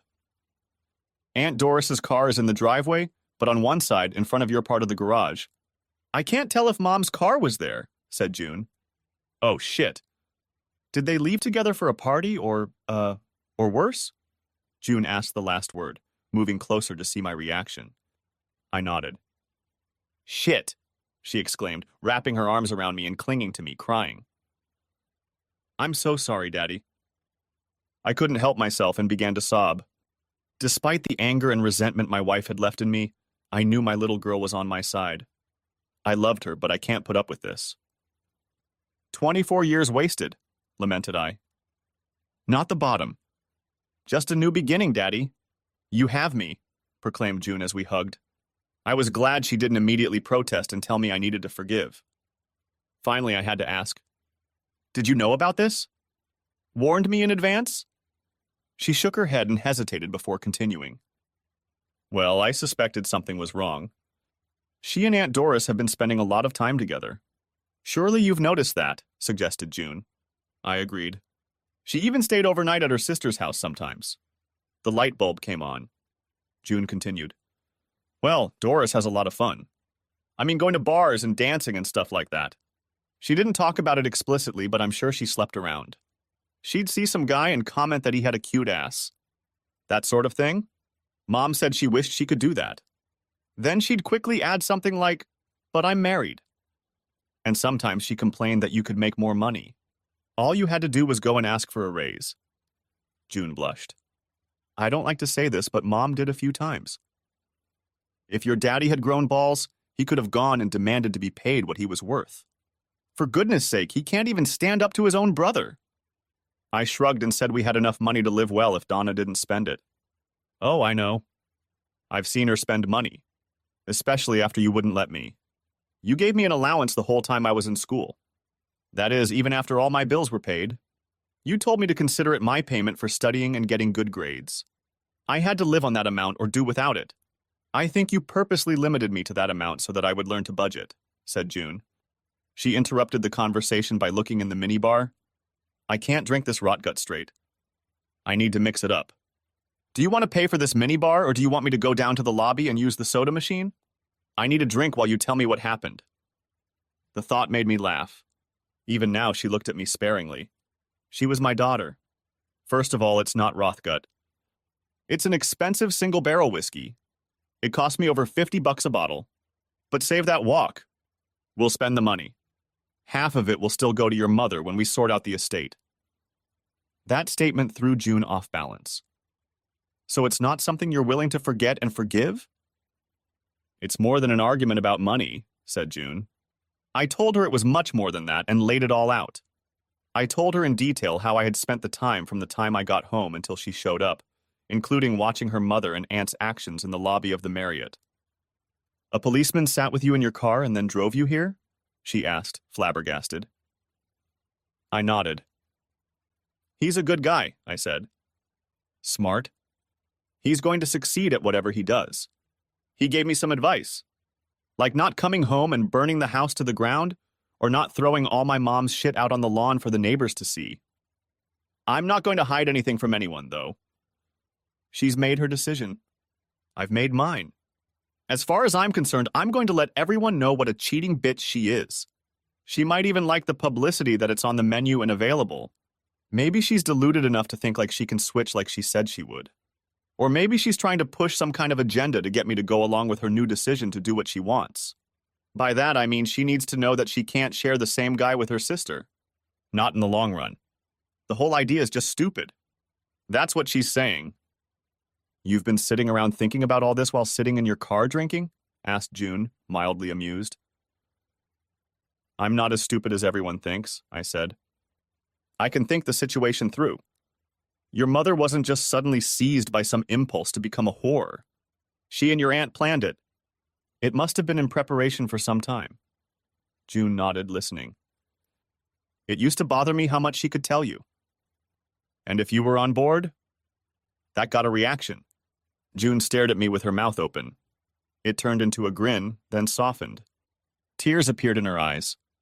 You can't believe I'd be part of some plan to screw you over, Daddy. I shook my head. I knew for a fact that she had no idea of her mother's intentions. Tonight, as I sat drinking, all sorts of thoughts crossed my mind.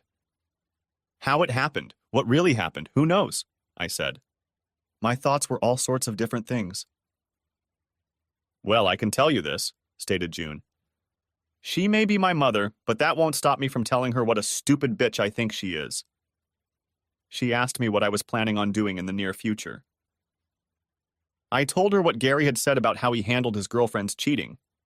He's no expert, but I have to applaud the way he handled the situation, I said. He was decisive, acted straightforward, but kept his cool. I hope to be just as cool-headed. But I can tell you there's no turning back. I just can't forgive this. This isn't some one-time drunken mistake that can be smoothed over with counseling. This was a deliberate decision to destroy me, to rub my nose in it. Your mother may try to tell me it was just sex. Or she was just trying to get my attention. Well, if that's the case, she ruined it, June said. You've always been hard on me. Not that I couldn't get a lot out of you, but I knew when I was out of line. Your bottom lip would quiver slightly when you were angry, and you kind of slumped your shoulders back when your decision was final. That's when I realized the game was over. I guess this isn't the time to discuss how you're going to help me convince Uncle Bob to give me a job at eSync, asked June with a smirk. I knew she had applied and gotten a few offers, but they were all out of state.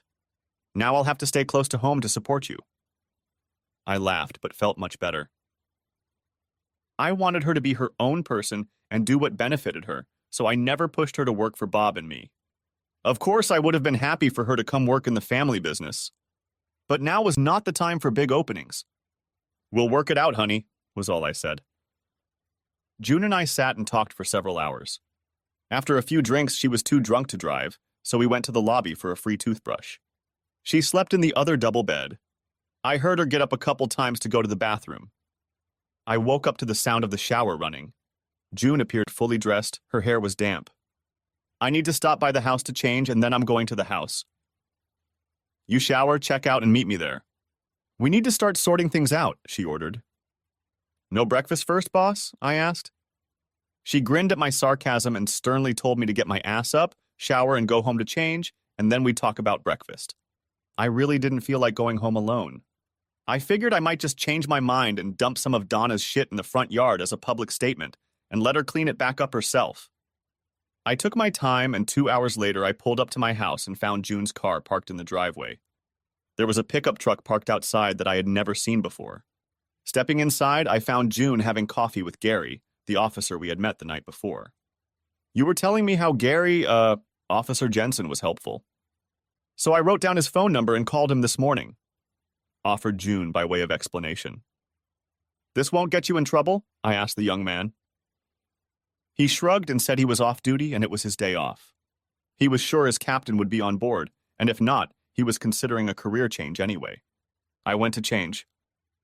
Gary, can I have that car that's blocking my access to my garage towed? I asked. He grinned and said it was my house, so I called the tow company and asked them to remove the car. Whoever left it blocking my garage would have to pay towing fees and $40 a day for impound when they picked it up. June called a local firm that offered climate-controlled storage and made a reservation. It wasn't long before most of my clothes and any personal items I didn't want to risk were safely locked up. I even took my linens, towels, bed, and dresser from the guest room, as well as my chair and big screen TV. I took the everyday dishes but left Donna her nice china. I didn't fail to clean out the wine cabinet. A small thing, but I wasn't going to leave any of it behind. We still had some time left. Daddy, you need to authorize a few things I did for you. Like transferring half of your money. I used my savings account. It can all be done online, you know that, so I just acted like you. I called your investment broker this morning and told him you were in the process of getting a divorce and asked if you had to come in person or if he could block your account. He said this happens all the time and he can do it. It is very easy to block it. It takes you and your mom together or a court order to unblock it. Are you okay with that? I nodded. She grinned. Good, because that's exactly what I did. I also canceled your credit cards. I claimed they were stolen, but before I did that, I paid off the balance from your bank account. All of your information was on your desk. I know you know better than to leave your book of PIN numbers and passwords behind. I asked what I should do with the money. Well, I left enough money for you to withdraw $400 in cash from the ATM. Plus, remember the credit card you gave me just for emergencies while I was in school? Well, you can use it. You and I are on that account. Damn. You're on top of things. Do you have a beef with your mother? Asked Gary. I felt like June's stare was going to make him burn to the ground. No. My mom screwed over my dad so she could mess around. If the situation was reversed and my dad was the one off the reservation, I'd do the same thing to help my mom. I try to be fair. I just won't let her ruin his life when she thinks about it. I have no doubt Mom will try to get the money out. I know my aunt. She will encourage my mom. And once they realize that Daddy's not going to bend over for them, they're going to start taking action, and hard. Before we left the house, the phone rang. It was Donna. Why the hell isn't my credit card working? She demanded. They said it was stolen. You asshole! You're offended that I found a real man and your boyish ego can't deal with it. Well, I'm standing in front of an ATM and on my way to the bank. I'm going to hit up everything I can to get every last dime I can before they close. You're not going to stop me from having a good time this weekend. I knew she would only be able to get about $2,000. June had transferred the rest. She'd have enough money to last her for a few weeks if she didn't spend it on tonight's party. I was willing to bet she'd be the one paying for everyone's fun. You've made your decision, Donna. I've made mine, I said quietly. I'm separating our lives in every way possible until I talk to a lawyer Monday morning. It's over between us. I hung up before she could answer. June and Gary heard this conversation. I'm hungry. Let's go get something to eat. I knew I couldn't find an apartment, and I didn't want to stay in a hotel for the rest of the weekend. I called my brother and asked if he could put me up for the weekend. What the hell did you do? Asked Bob. I replied that I hadn't done anything at all. Don't tell me Donna totally freaked out and dumped your sorry ass or kicked you out for no reason. I told him it was much worse than that. Well, the guest room is cleaned up. Get your ass in here if you don't want me to come get you. By the way, I hope you brought all the bottles of single-barrel whiskey.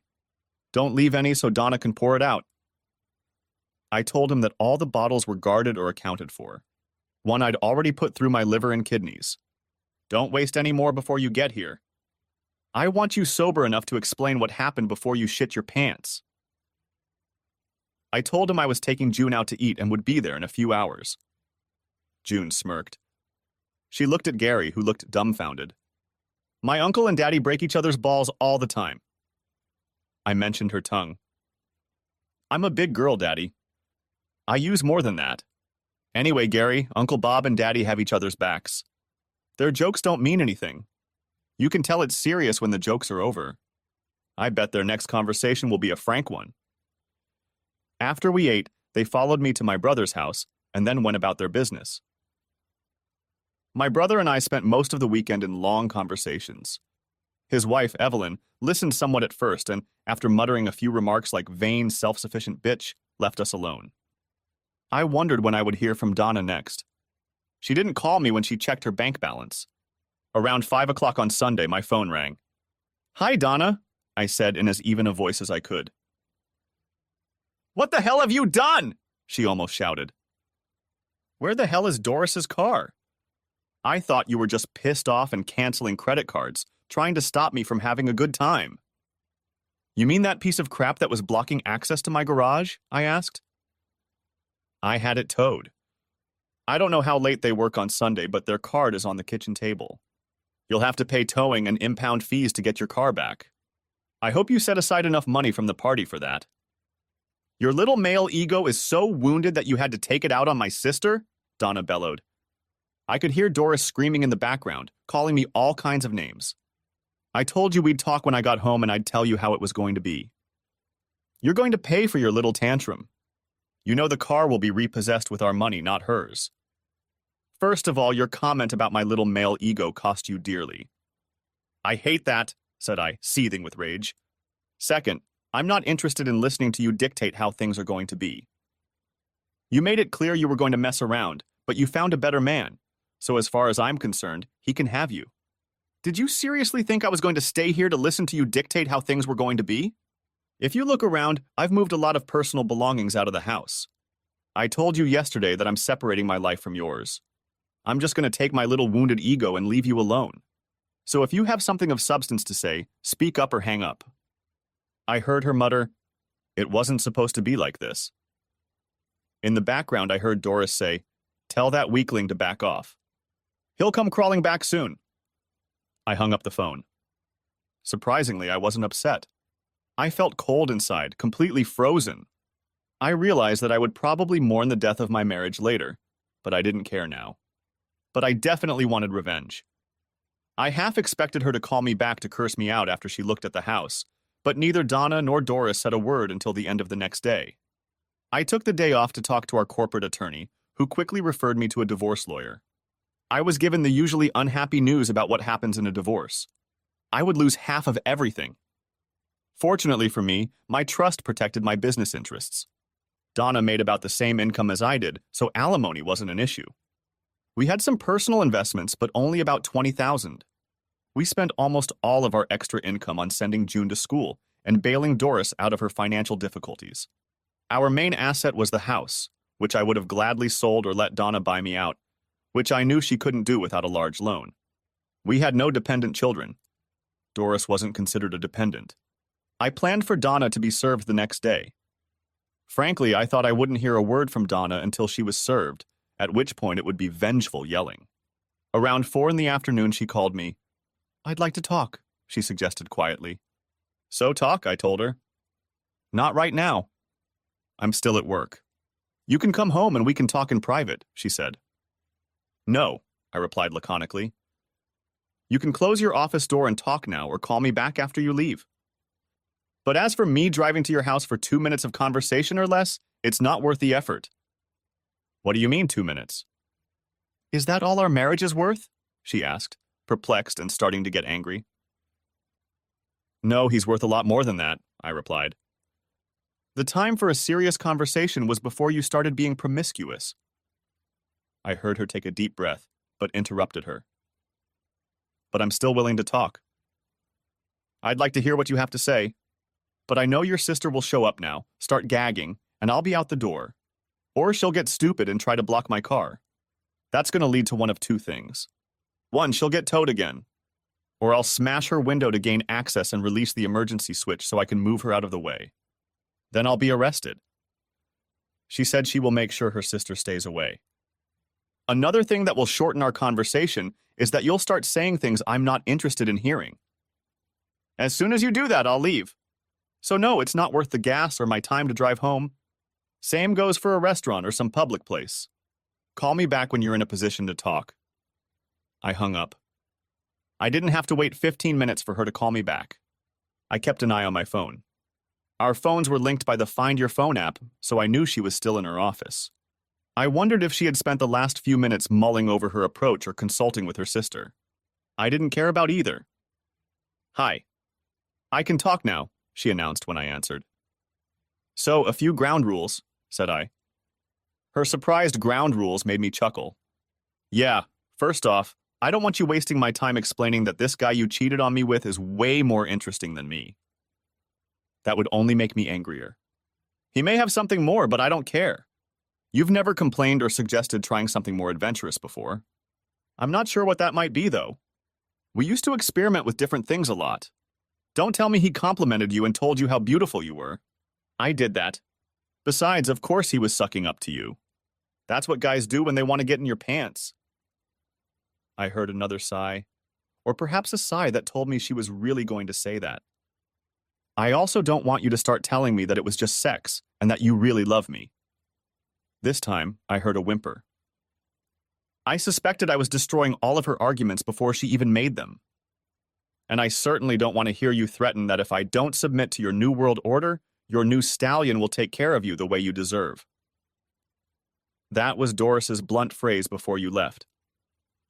If your boy was so rich, why did you need to use credit cards that morning or go to the ATM to get money? Just because that asshole can afford a room at the Marriott and drives a Corvette doesn't mean he's rich. I shuddered. I'd given myself away and shown that I knew too much. I wondered if she'd guessed. She remarked. How do you know he drives a vet? She asked. And Mari, I interrupted her by saying, and last, but certainly not least, don't tell me that this was your first and only instance of infidelity. The way he greeted both you and your sister shows that he knows you both well. It certainly wasn't your first time with him. I don't care if it was the 2nd or 100th time. You've been following us? She exclaimed. I'm sure you didn't hire a private detective. You had no clue until Friday night. We were so careful. I almost laughed. She'd completely forgotten about that asshole's car. I didn't want it to come back to him. Not yet, it didn't. So, after hearing all these rules about what I do not want to hear, what do you say? She started crying. I let her cry and sipped my beer. Yes, I cold sit and drink beer while my marriage was falling apart. We've been together for 24 years, Donna exclaimed. Isn't that worth keeping? I tried hard not to laugh. It wasn't a happy or cheerful laugh at all. It was a laugh of disbelief. You apparently didn't think it was worth thinking about when you started cheating, she sighed again. I interrupted her. Tell me, did that asshole know you were married? I asked. She hummed. I think so. Well, I'm pretty sure. Well, yeah, he must have, from what he said. He was giving me advice. What's the advice? I asked. He told me that if you get upset, I'll tell you how much the divorce will cost you. You'll lose half of everything you own, and you'll even have to pay me alimony, Donna said. This asshole is playing the power card, thought I. He said you wouldn't want anyone to know you were a cuckold, that no man wanted it known. He said I'd be in charge and could do whatever I wanted if I played my cards right. Doris told me the same thing. She believes him. According to her, some other women I know have made their husbands obey. They may have shaky marriages, but they don't divorce because it would cost too much. So he knew we were married and didn't care. And you definitely knew we were married, and apparently you didn't care either, I said. Now I'm going to ask you about it, and then you decide if you have anything to add. What do you think we're going to accomplish by talking right now? She started to cry. I want us to stay together. For us to stay married. You really can't get over your fragile male ego, can you? She wailed. Without a word, I hung up the phone. I mentally berated myself for reacting so quickly. There was something else I wanted to know. Did this asshole pick me? Did he know who I was? Orville Wendell Fontenot III, or Trey as he was known in the company, walked into Bob's office just after lunch the next day, Tuesday. Yes, Mr. Jacobs, you wanted to see me? He asked casually. He was surprised to see me sitting off to the side, but didn't react in any way. Obviously, he didn't realize who I was. I'm sure he knew my identity, but he didn't connect me to the bitch he'd been having fun with all weekend. Trey Fontenot was one of our liaisons and had been with the company for about a year. In some companies, he was known as an opinion leader. He was a salesman of sorts. His job was to make us look good in the press and smooth over any problems with our customers. Not really a salesman, he talked to our customers a lot. His job was easy. We had few, if any, public image problems. His boss dealt mostly with press releases about our developments and organize showings and occasional tours of our facilities. Fontenot's main job was to promote our image. Sometimes he could coordinate with our clients to make sure everyone was on the same page in terms of publicity. I considered it a waste of effort and money. In my opinion, we should have only stood on our own. Now Bob agreed. At least he agreed that continuing to pay Fontenot's salary was a waste of money. Tell me. You weren't in the office on Friday, Bob said. What did you do? And how did you spend the weekend? Trey looked a little puzzled. I spent Friday with a man from Global Medical, Larry Atwell. He came down from New Orleans. We coordinated our publicity efforts, and the rest of the weekend I spent in the company of some ladies. Trey stuttered. May I ask why you're asking? Yes, I heard you were at the Marriott entertaining them. I assume Atwell was still with you. I hope it wasn't at the company's expense and those women weren't prostitutes, stated Bob. No, sir. We did meet with women to have a good time, but it was on a Friday night after our meeting. These women were not paid. Bob asked him what this good time was all about. Well, sir, it's none of your business as it doesn't involve the company, but I will tell you that it's a little hobby of mine to seduce willing women. I ask them out on dates, treat them to wine and dine, and then lure them into my bed for a little fun. These were 2 women I knew. Everything is completely consensual. How did that occur to you? Bob shook his head. Suffice it to say, that's what happened. I want to hear the story. Sit down. Trey started to smirk, relaxing. He obviously thought he had no problems and was even a little proud of his conquests. Well, I'm single now. I got divorced 2 years ago because I like playing the field. I like to seduce women. I get to know them, buy them a drink, dance a little, and if I succeed, invite them to bed. I'm pretty good at it. And it's fun. Nobody gets hurt. The bastard was 32 years old and good-looking. I always thought he was a smarmy bastard. He seemed to have a smirk on his face all the time. Nobody? Asked Bob. How many of those ladies you meet are married? Don't they take care of their marriages? Trey's grin widened. Oh, you're wrong about that. Most of the women I go after are married. They're the best targets. It reduces the risk of constant involvement. We just entertain each other a little. They come in 2 types. It makes them feel alive. Sexy and maybe a little naughty. They do things for me that they say they've never done for their husbands or haven't done since they've been dating. Well, the husband doesn't know, of course. The second type is a little more complicated, but a lot of fun to work with. These are wives who want an upgrade. They want a better lover. Some of them want to improve their financial situation and actually want to leave their husband for a new guy with more money. I drive a red Corvette for a reason. That thing has an attraction. I even have a few different looks. I used to be Lance Sutherland. There's a lumber store in Shreveport by that name. I tell the women that I came here to buy lumber to process and sell to my company. Bob asked him if women really fall for that phrase. Trey laughed. Most don't even give it a second thought. In the bars, they know me as Lance, no last name. But I use a credit card in that name in case I'm addressed that way in a hotel or restaurant. I pay with the card, and the women don't pay attention to it. Lately, I've been Lance Parker, the oil man. I make up fake documents and leave them on my hotel room table. I let women see them and think they look important. Then I pick them up with my laptop and put them in my briefcase before the party. The broads have fun while their assholes sit at home waiting for them to come home. Some of the women even think I will take them away to a better life if their husbands leave them. I think even if the husbands find out, most of them forgive their wives after a while. At least no husband has come after me yet. I have a third group of wives who want to get their hubby men to be on guard. You know, obey their wife or lose half their shit. I give these wives all kinds of advice on what to do. They let the asshole know they're up to snuff and don't dare make waves. The funny thing is, the law and the courts are on the wife's side. The husband gets raked over the coals and the wife gets the cream. Like the old Jerry Reed song, she got the gold mine and I got the mine. Bob asked him how he meets women. I hang out at a couple clubs where women come to get picked up. It's easy. I'm known as a nice guy who can afford a room at the Marriott. I have a bit of a reputation. I try to behave appropriately. Some women do introduce me to others. Case in point is the woman from this weekend. They are very beautiful. They're a little over 40 and they're both totally hot. I got to know them, so when Larry came to town, I invited them to join us at the Marriott for the weekend. They gladly accepted. Women love to be lanced. His grin turned into a wide grin. How can you afford to go to the Marriott every weekend? Asked Bob. It must be expensive. That's the beauty of the plan. Trey grinned, almost glad he'd told the story. My cousin is the night manager. He'll block my room early and then, after midnight, change it in the computer to say it's unoccupied. I don't pay a dime.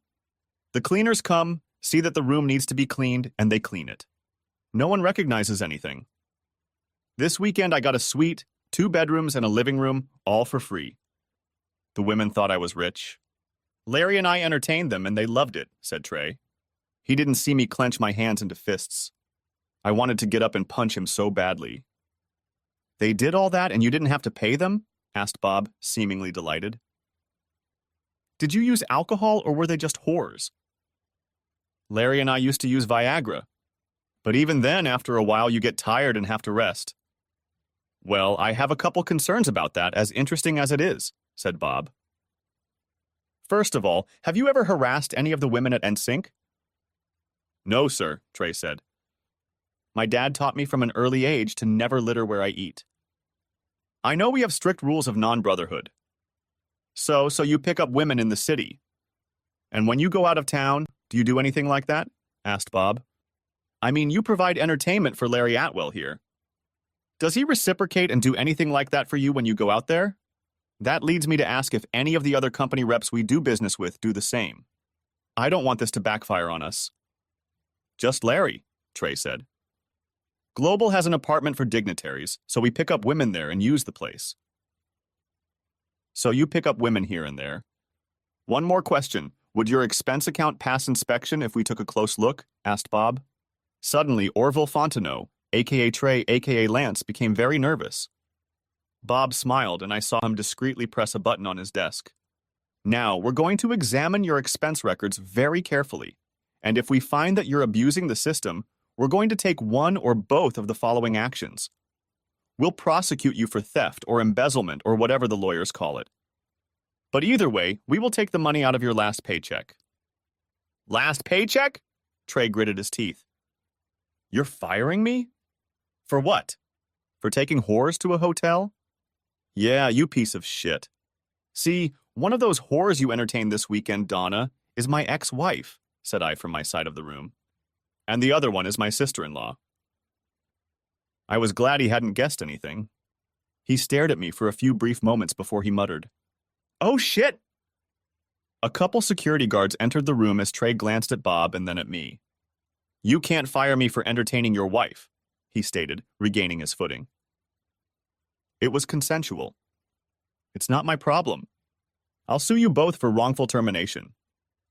You should study the law. Louisiana is an at-will state. We can fire you for any reason and at any time unless it's something protected by law, like discrimination. And this entertainment with your boss's wife certainly doesn't fall into that category. Now, these two gentlemen will escort you to your office to gather your personal belongings. I would advise you to leave before any of the employees find out what a low-life piece of shit you are. Trey changed tactics. Fire me and I'll tell everyone I entertained your wife. He grinned. Everyone will know they're total whores. Please do it, I begged. It will save me a lot of extra effort. Do you want to be called a cuckoo? He asked incredulously, pausing.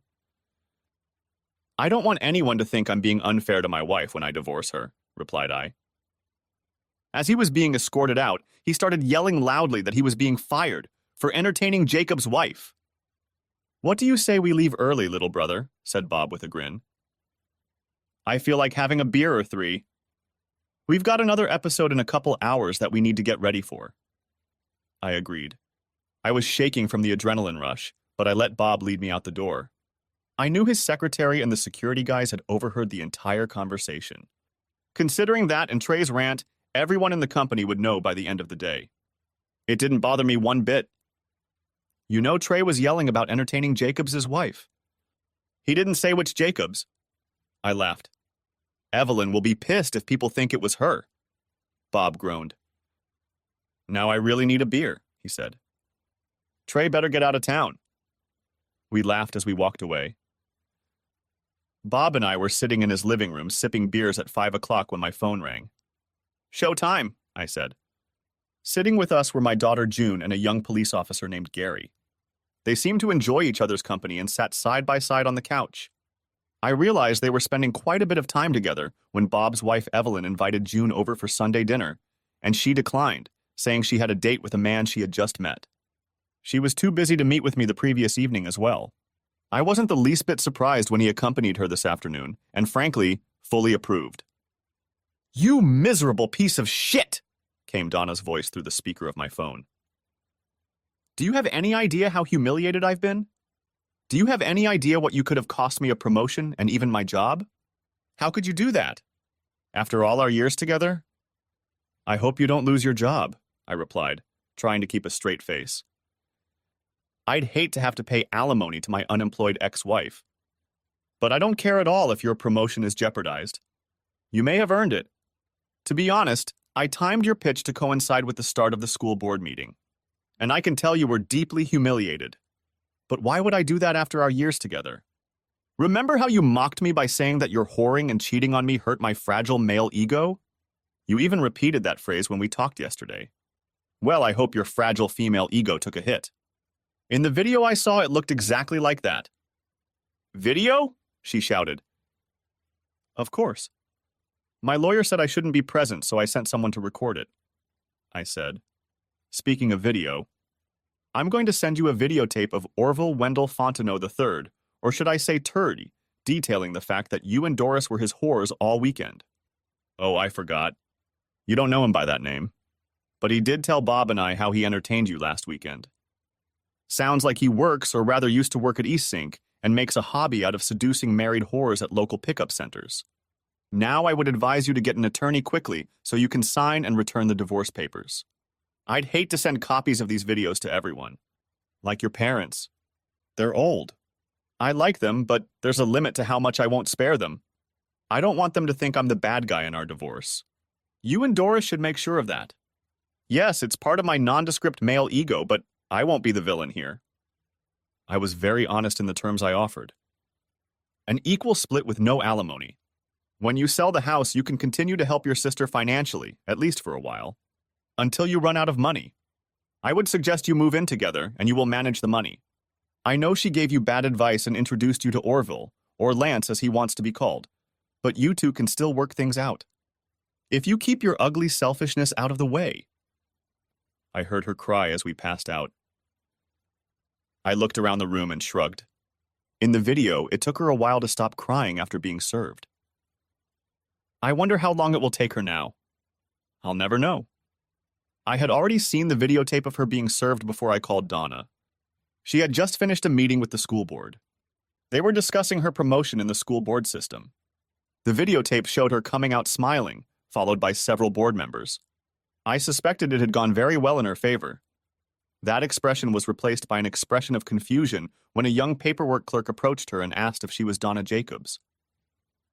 When she confirmed that she was handed an envelope and announced that she had received a subpoena. But because she repeated one stupid phrase, I couldn't get over her cheating and needing extra male companionship because of my fragile male ego. I went one step further. A man dressed like an old-time town crier shouted across the foyer and announced in a loud voice, "Listen. Listen up. Donna Jacobs, now known as the cheating whore, has been sentenced." Immediately, two young women standing close to him began to yak on their gazulkas. At first, I thought they were just going to trumpet it, but they started playing a tune that sounded like a wedding song. "Here Comes the Bride." Then all three of them started singing, "Here Comes the Whore. Her marriage is over." They turned and walked out of the auditorium, playing the tune on their gazulkas. The video ended with Donna collapsing to her knees and bursting into tears. No one paid attention to the young police officer who stood off to the side with a cell phone recording what was happening. "Daddy, Gary recorded this for you, but please don't send it," my daughter June pleaded. I begged him not to record it, but he said he promised. He said his word was his bond. I told her that the only person who could see the video from now on would be her mother, unless she fought for a divorce. And Donna, of course, would get a copy of the videotaped interview with Fontenot on her way out. Epilogue. Donna did not resist the divorce. Her attorney told her that my terms were reasonable and in compliance with current divorce law. As expected, she begged to go to counseling to save our marriage.